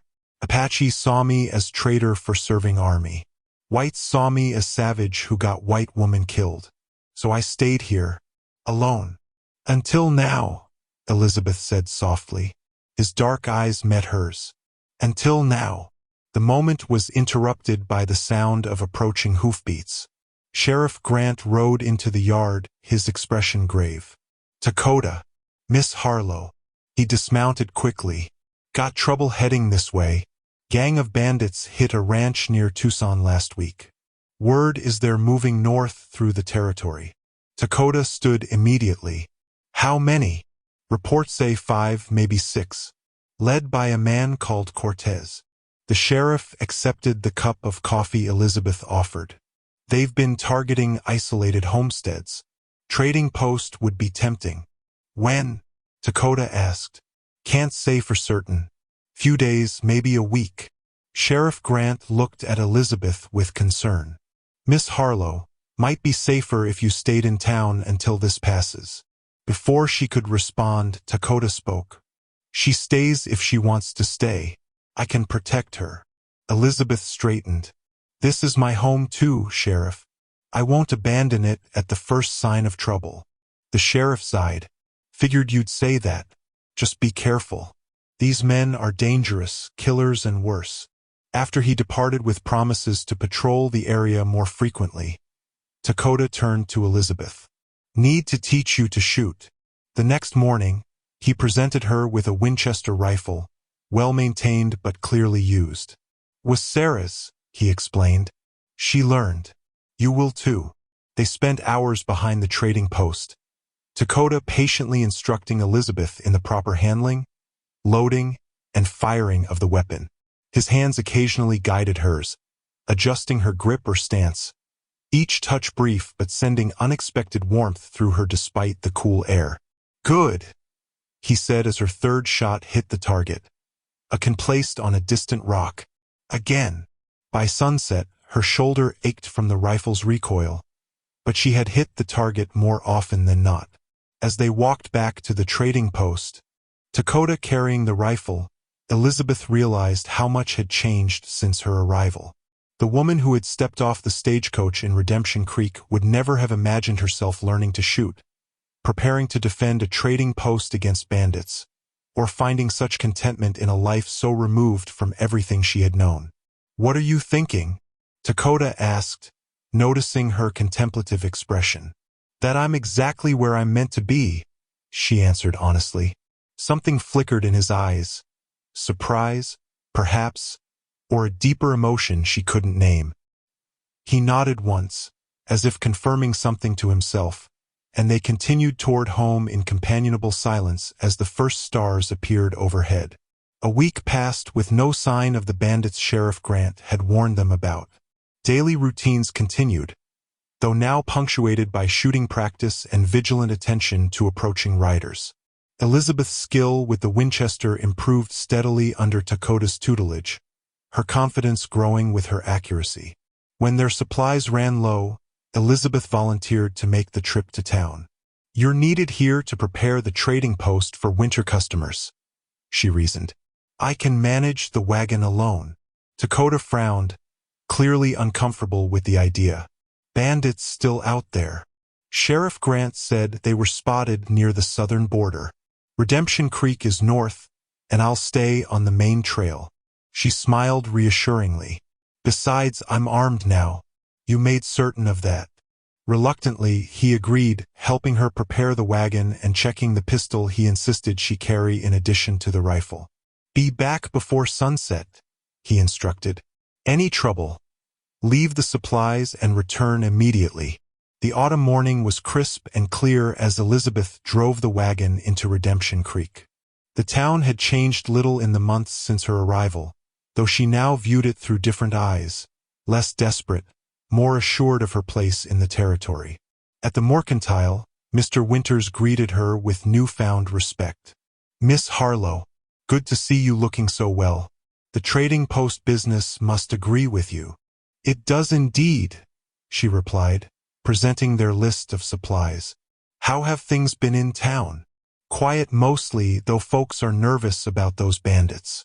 Sheriffs organized extra patrols. He began gathering their order. William Blackwood's been asking after you again.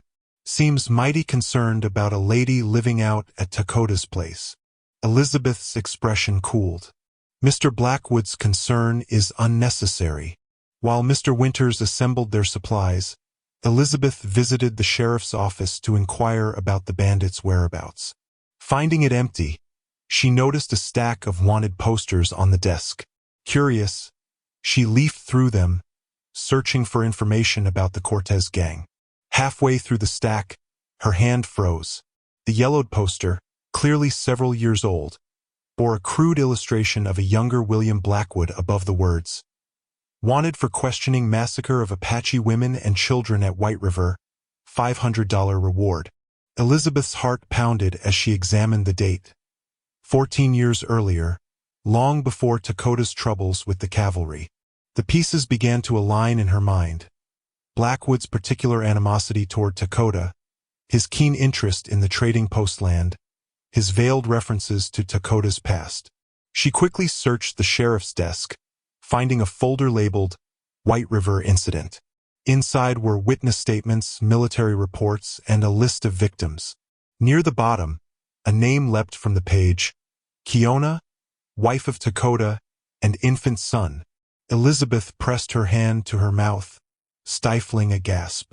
Takoda had lost not one family, but two. First a wife and child from his own tribe, then Sarah and their unborn son. And William Blackwood had been involved in the first tragedy. The office door opened, and Elisabeth hurriedly replaced the folder. Deputy Jenkins entered, tipping his hat. "Miss Harlow, sheriff's out on patrol. Something I can help you with?" "Just inquiring about the bandits," she said, struggling to keep her voice steady. "I should return to the trading post before dark." Her mind raced as she supervised the loading of supplies. Takoda had never mentioned a first wife, a child lost to violence. How much pain could one man endure? And Blackwood, his interest in the trading post suddenly seemed more sinister. Was it merely land and water rights he wanted? Or did he fear what Takoda might remember about that earlier massacre? Elisabeth urged the horses faster on the return journey, anxious to reach Takoda with this new information. As the wagon rounded a bend in the trail, two riders appeared ahead, blocking her path. She recognized them as Blackwood's ranch hands. "Afternoon, Miss Harlow," the taller one called. "Mr. Blackwood would like a word with you at the ranch house." Elisabeth's hand moved toward the pistol concealed in her skirt pocket. "Please convey my regrets to Mr. Blackwood. I must return to the trading post before dark." "Wasn't exactly a request, ma'am." The second rider moved his horse alongside the wagon. "Boss says it's important. About your safety." "I'm quite safe, thank you." Elisabeth gathered the reins, preparing to urge the horses forward. The first rider reached out, grasping the harness. "We insist, ma'am." Elisabeth withdrew the pistol, aiming it steadily. "Remove your hand, sir." For a moment, tension crackled in the autumn air. Then the rider laughed. "Look at Boston, all grown up with a gun." He nodded to his companion, who suddenly lunged across the wagon seat, knocking the weapon from her hand. "Mr. Blackwood really wants to talk to you," he said, gripping her arm painfully. "About your Apache friend and what happened all those years ago." As they forced her onto one of their horses, Elisabeth managed to tear a strip from her skirt, deliberately dropping it on the trail. Takoda had taught her to leave signs if she were ever in danger. She could only hope he would find them in time. The ranch house of the Double B was imposing, a two-story structure of stone and timber that spoke of wealth and permanence. Elisabeth was escorted inside, her attempts to appear calm belied by her racing heart. The wanted poster's image burned in her mind as William Blackwood himself emerged from his study. "Miss Harlow," he greeted her with practiced civility. "I apologize for the unorthodox invitation, but I believe we have matters of mutual concern to discuss." "I can't imagine what those might be," she replied coldly. Blackwood smiled, the expression not reaching his eyes. "Oh, I think you can, especially after your little discovery in the sheriff's office today." Elisabeth's blood ran cold. He had been watching her. "You see," Blackwood continued, gesturing her toward a chair, "there are aspects of Takoda's history and mine that complicate our current situation. Believe it's time you understood exactly who you've aligned yourself with." At the trading post, Takoda emerged from the storeroom, suddenly alert. Elisabeth should have returned by now. He scanned the horizon, a familiar dread building in his chest as the sun began its descent toward the western mountains. William Blackwood's study reflected the man himself, impressive at first glance but revealing disturbing elements upon closer inspection. Mounted animal heads stared with glass eyes from the walls, including what Elisabeth recognized with a chill as an Apache war bonnet displayed like another trophy. Weapons hung in prominent positions, rifles, pistols, and a cavalry saber similar to the broken one she had found near the trading post. "You seem uncomfortable, Miss Harlow," Blackwood observed, pouring himself a whiskey. "Can I offer you a drink to settle your nerves?" "I prefer to keep my wits about me," Elisabeth replied, remaining standing despite his gesture toward a chair. "What exactly do you want, Mr. Blackwood?" He studied her with cold calculation. "Direct, just like your Apache friend." "Very well." He set down his glass. "I want Takoda's land, the water rights specifically. My ranch is expanding, and that year-round spring is the key to my northern pastures." "Then you should have made him an offer," Elisabeth said. "Kidnapping me seems rather extreme for a property negotiation." Blackwood laughed, the sound devoid of humor. "Takoda would never sell to me. Our history is complicated."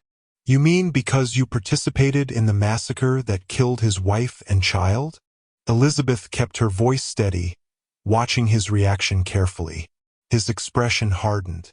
"So you did read those files. Unfortunate." He moved to the window, looking out at the gathering dusk. "What happened at White River was a military action against hostile forces. I was a young lieutenant, following orders." "Orders to kill women and children?" Blackwood turned, his facade of civility slipping. "It was war, Miss Harlow. The Apache raided settlements, murdered families. We responded in kind." "And Takoda's family? Were they raiders too?" "Takoda was a scout for our unit before that day," Blackwood said, surprising her. "He discovered our plans, tried to warn the camp. When the shooting started, he turned on us, killed 2 of my men before escaping. His wife and child died in the crossfire." Elisabeth felt sick. "So he wasn't even there by choice. He was trying to save innocent lives." "There were no innocents." Blackwood slammed his hand on the desk. "Every Apache man, woman, and child was raised to hate whites, to raid and kill us. We were simply more efficient that day." "And now you fear he remembers your role in it all," Elisabeth realized. "That's why you've watched him all these years, why you want his land. It's not just about water. It's about erasing the evidence of what you did." Blackwood composed himself with visible effort. "The territory has changed, Miss Harlow. I'm a respected rancher, a member of the Territorial Council. That ancient history is best forgotten." "Does Sheriff Grant know your involvement?" Grant was still back east during the Apache Wars. The old wanted poster was issued by a previous sheriff, long since replaced. Blackwood's smile returned, colder than before. "The point is, Takoda has harbored a vendetta against me for 14 years. He blames me personally for his family's death. With good reason, it seems. Perhaps. But here's what concerns me now: your presence has changed him. Before you arrived, he was a broken man, a recluse. Now he's engaging with the community again, organizing, building alliances with both settlers and tribes." Blackwood leaned forward. "I believe he's preparing to expose me, to seek some misguided revenge." Elisabeth maintained her composure despite her racing heart. "And I'm to be your insurance against that?" "Precisely. Takoda lost 2 women he cared for. He won't risk a third." Blackwood gestured to one of his men waiting by the door. "Show Miss Harlow to her room. Ensure she's comfortable but secure." The room proved to be a converted storage space on the 2nd floor, with a small window too narrow for escape and a sturdy door that locked from the outside. As the ranch hand departed, Elisabeth immediately began assessing her situation. The window overlooked the ranch yard, where she could see Blackwood conferring with several men, including the 2 who had intercepted her. One led her wagon toward the barn, still loaded with the trading post supplies. Elisabeth quickly examined the room for anything useful. A narrow bed, washstand, chamber pot, sparse but adequate for a short imprisonment. Under the bed, she found a forgotten hairpin, which she tucked into her sleeve. Turning her attention to her clothing, she began methodically tearing strips from her petticoat. Small pieces that would not be immediately noticed if she were searched again. On each, she used a pencil stub from her pocket to write a single word, Blackwood. When the ranch hand returned with a tray of food, Elisabeth had already positioned herself near the window, appearing defeated. As he set down the tray, she deliberately knocked over the water glass, creating a distraction that allowed her to drop one of the fabric scraps out the window. Clumsy, the man muttered, mopping up the spill with a bandana. I'm sorry, Elisabeth said meekly. My nerves are unsettled. After he left, she watched from the window as the evening breeze carried her message across the yard, eventually lodging against a fence post near the main trail.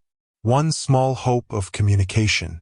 Throughout the night, whenever she heard movement outside, Elisabeth dropped another strip through the window, creating a trail of breadcrumbs leading from the ranch house toward the road. By dawn, she had distributed nearly a dozen messages across the property. In Redemption Creek, Sheriff Grant frowned as he examined the abandoned wagon on the main street. Takoda stood beside him, his face carved from stone. Jenkins said she visited the office yesterday afternoon, the sheriff reported. Seemed agitated when she left. She never returned to the trading post, Takoda said, his voice tightly controlled. Found signs of struggle on the North Trail. 2 riders intercepted her. Sheriff Grant picked up the torn piece of fabric Takoda had brought. And you're certain this is from her dress? Certain. Takoda's jaw clenched. Also found this. He held out a wanted poster, the same one Elisabeth had discovered. Someone left it in the wagon. The sheriff examined the yellowed paper, his expression darkening. Blackwood. I've heard rumors, but this was before my time here. Not rumors, Takoda said flatly. Truth. He led the attack that killed my first wife and son. Now he has Elisabeth. Let's not jump to conclusions, Sheriff Grant cautioned, though his hand moved, to rest on his pistol. Blackwood's a powerful man. We need evidence before making accusations. I need no evidence. Takoda turned toward his horse. I know his work. Sheriff Grant caught his arm. You ride out there alone, guns blazing, and Elisabeth could get hurt. We do this right, Takoda. Legal. For a moment it seemed Takoda might refuse. Then, with visible effort, he nodded once. How? First, we confirm she's there. The sheriff mounted his horse. I'll pay a social call to the Double B. Keep Blackwood occupied. You circle around. See if you can find any sign of her without being spotted. And if we find her? Sheriff Grant's eyes hardened. Then William Blackwood learns that badges and wealth don't shield a man from justice. Not in my jurisdiction. Dawn painted the eastern sky with fingers of gold and crimson as Takoda knelt beside the small stream that ran through his property. The still water reflected his face, no longer the impassive mask he had worn for years but transformed by purpose and barely contained fury. From a leather pouch he withdrew red ochre, black charcoal, and white clay. With practiced movements that echoed ancient rituals, he began applying traditional Apache war paint to his face, patterns his father and grandfather had worn when facing enemies, symbols of protection and righteous vengeance. The transformation was more than physical. As each line and symbol took form, Takoda embraced a part of himself long suppressed, the warrior spirit of his ancestors, the tactical precision of his cavalry training, the cold determination of a man who had lost too much and would not lose again. When finished, he rose and entered the trading post. In the main room, he opened a hidden compartment beneath the floorboards, revealing items he had not touched in 14 years. A beaded headband that had belonged to his first wife, Kiona. A small moccasin his son had worn, and a hunting knife with a handle carved from elk bone, a gift from his father when Takoda had completed his warrior training at 16. He tied the headband around his forehead, tucked the tiny moccasin into his shirt near his heart, and strapped the knife to his belt alongside his pistol. Finally, he reached for Sarah's rifle, checking its action and ammunition with methodical care. "I failed them," he whispered in Apache. "I will not fail her." Miles away at the sheriff's office, Thomas Grant addressed 3 deputies, men he had personally selected for their loyalty to the law above local prejudices. "This isn't an official operation," he warned, keeping his voice low though the office was empty. "Blackwood has friends on the Territorial Council. If we're wrong about Elisabeth Harlow being held against her will, our badges won't protect us." Deputy Jenkins, the youngest of the group, shifted uncomfortably. "You're saying this is outside the law, Sheriff?" "I'm saying we're upholding the spirit of the law when the letter has been compromised." Grant spread a rough map of the Double B Ranch across his desk. "Blackwood's wanted poster is 14 years old, but there's no statute of limitations on murder. If he was involved in the White River Massacre and has now kidnapped Miss Harlow, he'll answer for both." The oldest deputy, Harrison, nodded grimly. "Been waiting a long time for someone to take a closer look at Blackwood. Man's built his fortune on other folks' misfortunes." "What about the Apache?" asked the 3rd deputy, a taciturn man named Morrow. "Can he be trusted?" Sheriff Grant's expression hardened. Takoda was a scout for the U.S. Cavalry, earned a Silver Star for valor, lost 2 families to violence, and he's never once sought revenge, though he's had 14 years to do so. He looked each man in the eye. "Yes, he can be trusted, more than some who wear badges." He assigned positions and timing, emphasizing the need for discretion. "We're not storming the ranch. This is observation only until we confirm Miss Harlow's presence. Then we approach Blackwood legally, with proper authority." As his deputies prepared, Sheriff Grant looked out the window toward the distant hills where the Double B spread across the landscape like a stain. Blackwood had been untouchable for too long, his wealth and position shielding him from consequences. Grant had suspected the man's dark past but lacked evidence until now. "This ends today," he murmured, checking his own weapon. "One way or another." At the Blackwood Ranch, Elisabeth woke to raised voices beneath her window. 2 of the ranch hands were arguing, their words carrying clearly in the morning air. "I didn't sign on for kidnapping white women," the younger man said. "Rustling a few cattle is one thing. This is hanging offense." "Keep your voice down," the other hissed. "Boss knows what he's doing. Always has." "Does he?" "Those papers the woman found in town, they connect him to that Apache massacre years back. If that gets out." "It won't get out. Once the Apache shows up looking for her, Blackwood will kill him, claim self-defense." Problem solved. Elisabeth's blood ran cold. Takoda was being lured into a trap. She needed to act quickly. When the ranch hand brought her breakfast, she adopted a demeanor of frightened cooperation. "Please," she said, her voice deliberately tremulous, "could you tell Mr. Blackwood I wish to speak with him? I've reconsidered his offer." The man eyed her suspiciously. "What offer?"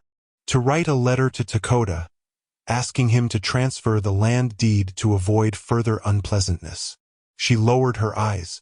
"I've grown fond of my life here. I don't wish to return east." The ranch hand grunted. "I'll tell him." After he left, Elisabeth quickly positioned herself to watch the yard through her window. The ranch was fully awake now, men moving between buildings with purpose. Blackwood emerged from the main house, deep in conversation with the foreman. Their gestures suggested disagreement, the foreman repeatedly shaking his head while Blackwood's posture grew increasingly rigid. Good. Discord among her captors could only help her cause. The younger ranch hand who had expressed doubts earlier appeared, carrying water to the bunkhouse. Elisabeth tapped softly on the glass. When he looked up, She motioned him closer. Hesitantly, he approached, glancing around to ensure no one observed. "They're planning to kill Takoda when he comes for me," she said quietly through the partially opened window. "You know that's murder, not self-defense." The young man's face paled. "I don't know anything about that. You will if you stay. Your name will be connected to a kidnapping and murder." She held his gaze. "There are still good choices available to you." He backed away without responding, but Elisabeth noted the conflict in his expression. A seed planted that might yet bear fruit. By midday, she had counted 11 men on the property, including Blackwood. Too many for Takoda to face. Alone, even with Sheriff Grant's help. She needed to reduce those odds. When Blackwood finally visited her room, she had her strategy prepared. "I understand you're being more reasonable today," he said, remaining near the door. Elisabeth met his gaze steadily. "I'm being practical. I have no desire to see bloodshed." "Wise decision." He smiled thinly. "You'll write to Takoda, explaining that you've chosen to leave the trading post and suggesting he sell the property to me for a generous sum. And if I do this, you'll allow me to depart unharmed?" Of course. The lie was evident in his eyes. "Once the transaction is complete," Elisabeth pretended to consider. "Very well, but I have conditions. I won't be kept in this room like a prisoner. I need freedom to walk the grounds, to show your men I'm here voluntarily. Otherwise, they might talk in town." Blackwood studied her, weighing the request against the risk. "Accompanied at all times," he finally conceded. "And understand this, if you attempt to escape or signal for help, our arrangement is void." As dusk approached, Takoda made one final preparation before joining Sheriff Grant and his deputies at the arranged meeting point. Returning to the trunk that held Sarah's possessions, he withdrew a small velvet pouch. Inside lay her wedding ring, a simple gold band that had represented so much hope and defiance. For years, he had kept it hidden away, the pain of touching it too acute to bear. Now, he slipped it onto his smallest finger, the metal warm against his skin. This mission to save Elisabeth would be his last act of mourning, not just for Sarah, but for Kiona and his son as well. Whatever happened tonight, he would no longer live in the shadow of his losses. "Watch over me," he whispered to all his departed loved ones. "Guide my hand to protect her." The weather had shifted throughout the day, clouds gathering on the horizon. A storm was approaching, fitting accompaniment to the confrontation ahead. Takoda welcomed it. Apache warriors had long used storms as cover for their movements, the thunder masking the sound of their approach, the rain obscuring tracks and scent. He mounted his horse, the war paint on his face now partially obscured by streaks of mud for camouflage. From this moment, he was neither the educated scout who had served the cavalry nor the reclusive trader who had withdrawn from both worlds. He was simply a warrior with a mission, a man fighting for what was his. At the Blackwood Ranch, Elisabeth's careful manipulation had begun to bear fruit.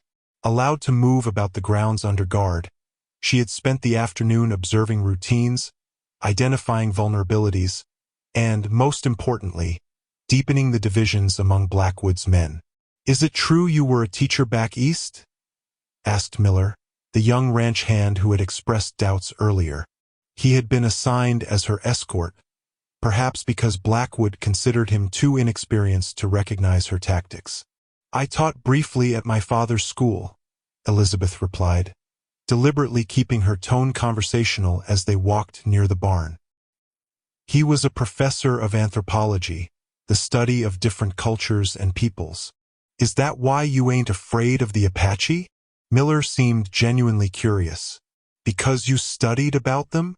Elisabeth smiled slightly. "I respect Takoda because of his actions, not his heritage. He's a fair employer, an honest businessman, and a man who has endured more loss than anyone should bear." Miller glanced toward the main house, where Blackwood could be seen through the window, drinking heavily as the storm approached.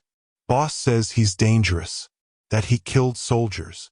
In self-defense, after they killed his wife. Elisabeth stopped, facing the young man directly. Mr. Miller, you seem like a decent person.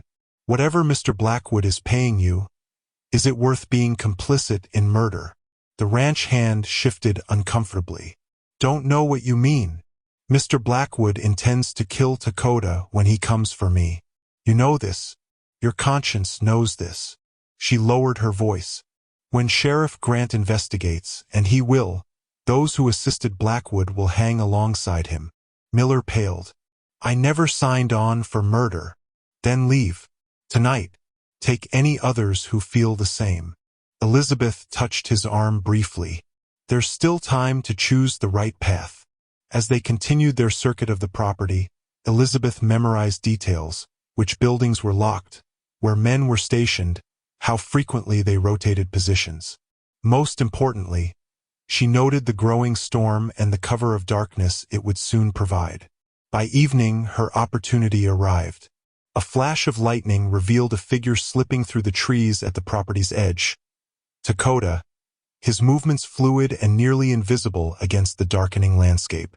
Their eyes met for the briefest moment across the yard, an entire conversation passing between them in that single glance. Elisabeth knew what she had to do. Mr. Miller, she said urgently, I'm feeling unwell from the coming storm. Could we please return to the house? As they approached the barn, she stumbled deliberately, falling against a lantern hung by the door, crashed to the ground, oil spreading rapidly across the dry straw. Flames leapt up with startling speed. Fire! Miller shouted, rushing to sound the alarm. Chaos erupted across the ranch yard. Men ran from all directions, forming a bucket line from the well to the barn. Horses whinnied in panic, adding to the confusion. In the commotion, Elisabeth slipped away toward the bunkhouse, where she had earlier observed rifles stored. Inside the main house, Blackwood cursed as he watched the growing blaze. Find the woman, he ordered his foreman. This is no coincidence. Boss, we got bigger problems, the foreman replied, pointing toward the ranch entrance where Sheriff Grant and 3 deputies rode openly into the yard, badges visible even in the stormy twilight. What the hell is Grant doing here? Blackwood muttered. Maybe he's here about that Apache massacre poster that turned up in town, the foreman said, watching Blackwood carefully. Men are talking. They're nervous. Let them talk. No evidence after 14 years. What about the woman? She knows. Blackwood's eyes hardened. Then we make sure she doesn't testify. Get the men ready. This ends tonight.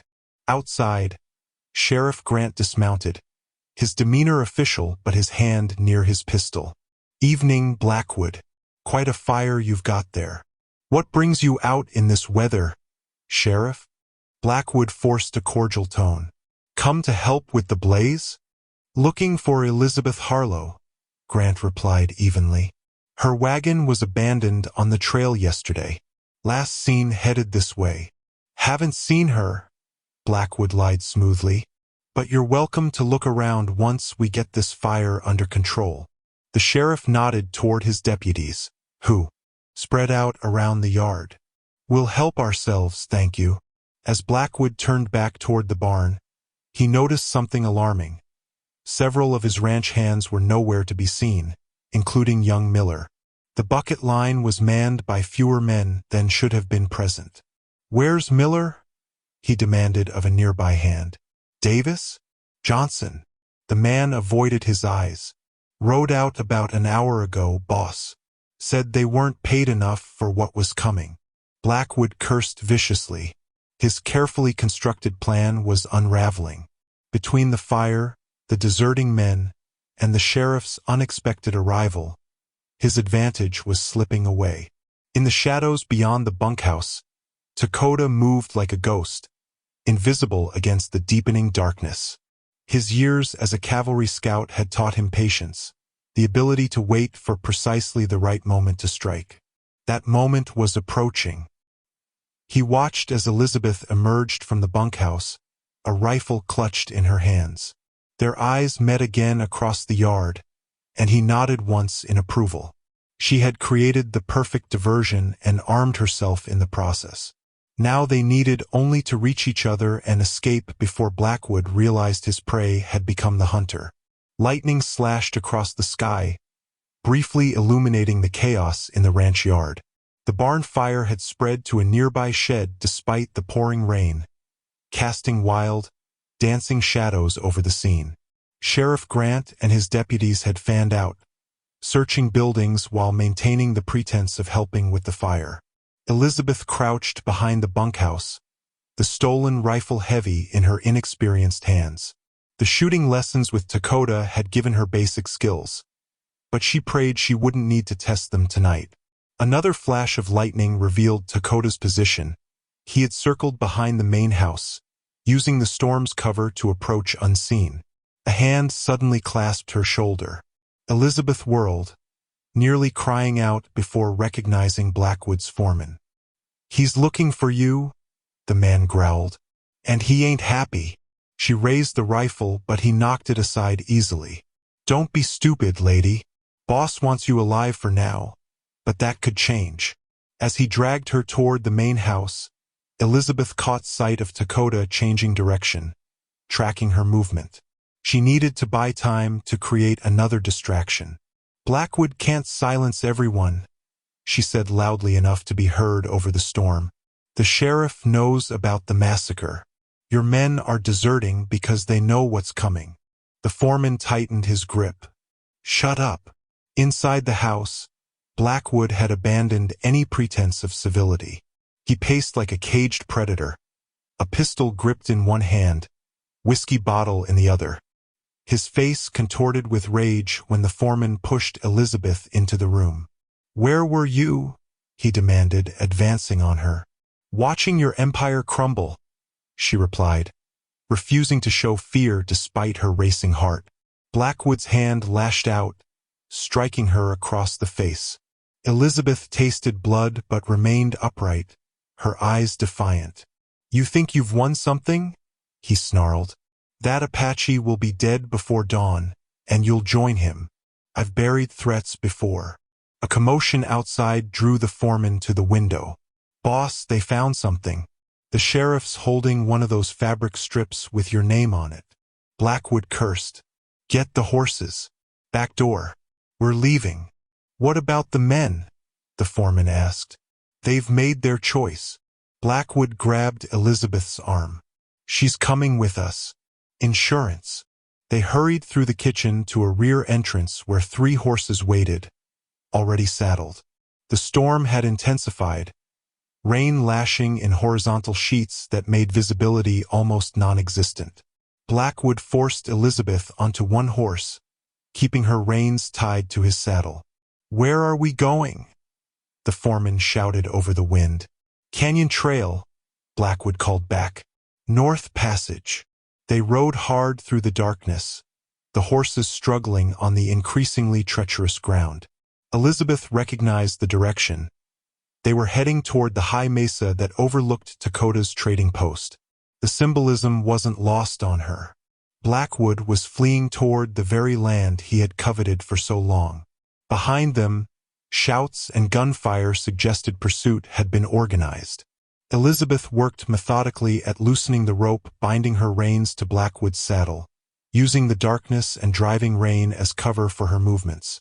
As they climbed higher into the hills, the trail narrowed, hugging the edge of increasingly steep drop-offs.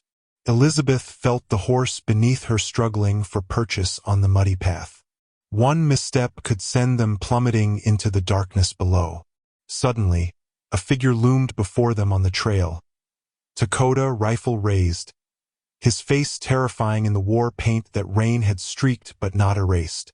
Blackwood reined in sharply. "Should have known you'd find us, Apache. Always were the best tracker in the territory." "Let her go," Takoda's voice carried clearly despite the storm. "This is between us." 14 years between us, Blackwood agreed, his hand moving to his pistol. "Should have finished you at White River with your squaw and brat." Elisabeth felt sick at his casual cruelty. The rope connecting her to Blackwood's saddle was almost free. Just a few more seconds. "You're surrounded, Blackwood," Takoda said. "Sheriff and deputies behind you. Nowhere to run." "Then I've nothing to lose." Blackwood drew his pistol with lightning speed, firing at Takoda.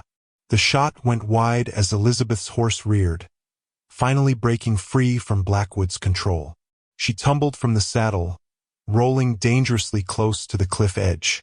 The foreman wheeled his horse, fleeing back down the trail, abandoning his employer to face justice alone. Takoda fired, his shot catching Blackwood in the shoulder. The rancher cried out but remained mounted, spurring his horse directly at Takoda.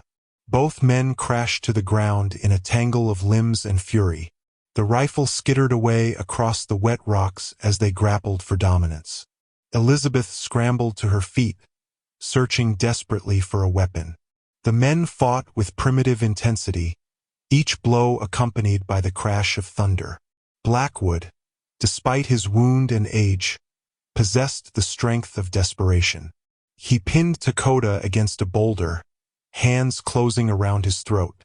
"Should have killed you years ago," he gasped, face contorted with hate. Elisabeth's fingers closed around a rock, but before she could use it, her hand brushed something metal pinned to her dress, her mother's cameo brooch. With shaking fingers, she unclasped it, revealing the long, sharp pin on its back. Blackwood had Takoda at the cliff's edge now, the Apache's strength flagging as Blackwood choked the life from him. Elisabeth lunged forward, driving the brooch pin deep into Blackwood's hand.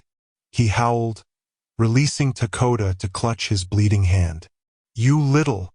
The momentary distraction was all Takoda needed. He surged upward, landing a powerful blow that sent Blackwood staggering backward. Elisabeth scrambled toward the fallen rifle, her fingers closing around its wet stock just as Blackwood regained his balance and drew a hidden knife from his boot.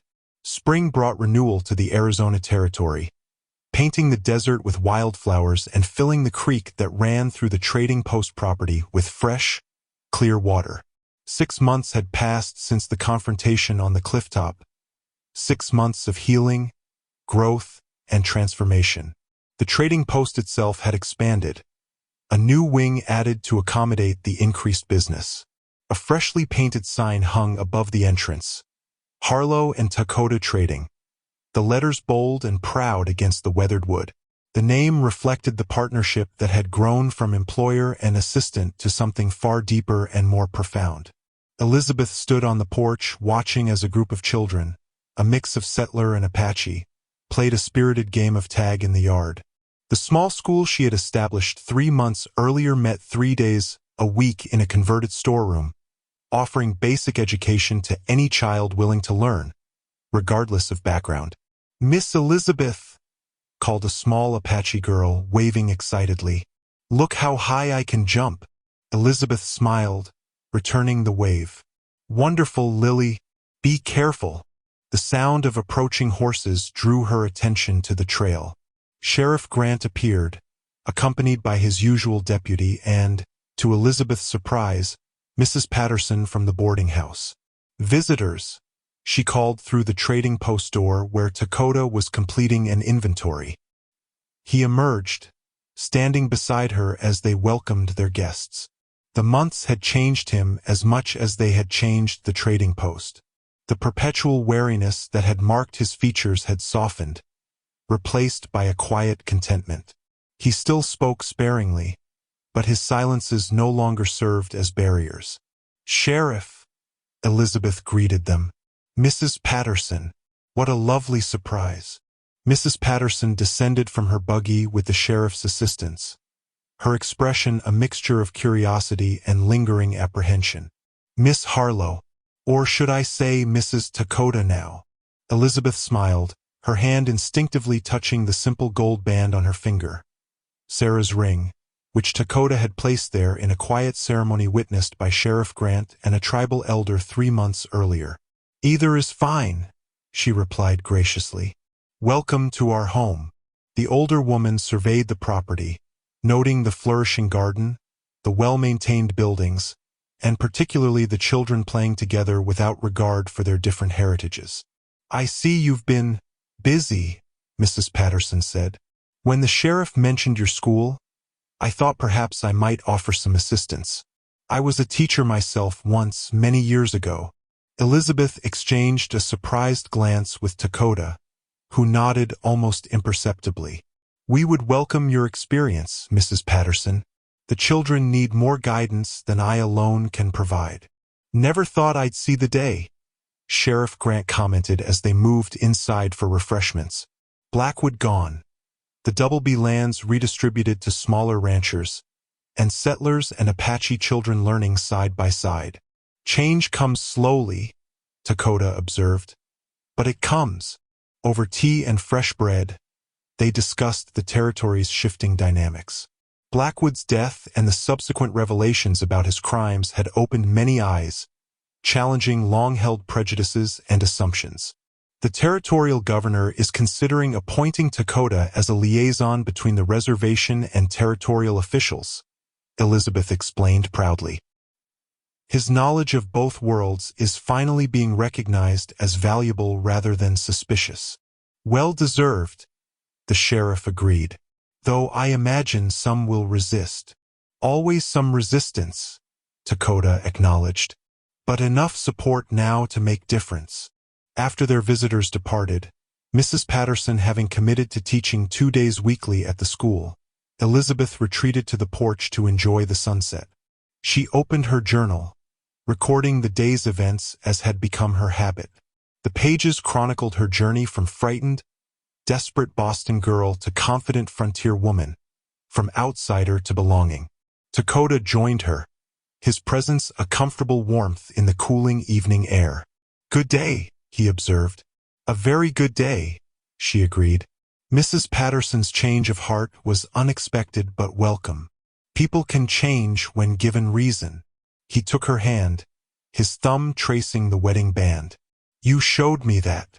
The sound of an approaching stagecoach interrupted their moment. It was unusual for the coach to stop at the trading post. Normally it passed on the main trail toward town. "Passenger asked to be let off here," the driver called as he reined in the team. "Said she's looking for work in these parts." A young woman descended hesitantly, clutching a valise similar to the one Elisabeth had carried months before. Her expression held the same mixture of fear and determination that Elisabeth recognized from her own arrival. "Excuse me," the newcomer called. "I was told in Sacramento that there might be teaching positions available in this territory. Is this Redemption Creek?" Elisabeth and Takoda exchanged glances, a silent communication born of deep understanding. "The town is 5 miles further," Elisabeth explained, stepping forward. "But we do have a school here that's growing rapidly. We also need help with trading post," Takoda added. "If interested in both." The young woman's face brightened with hope.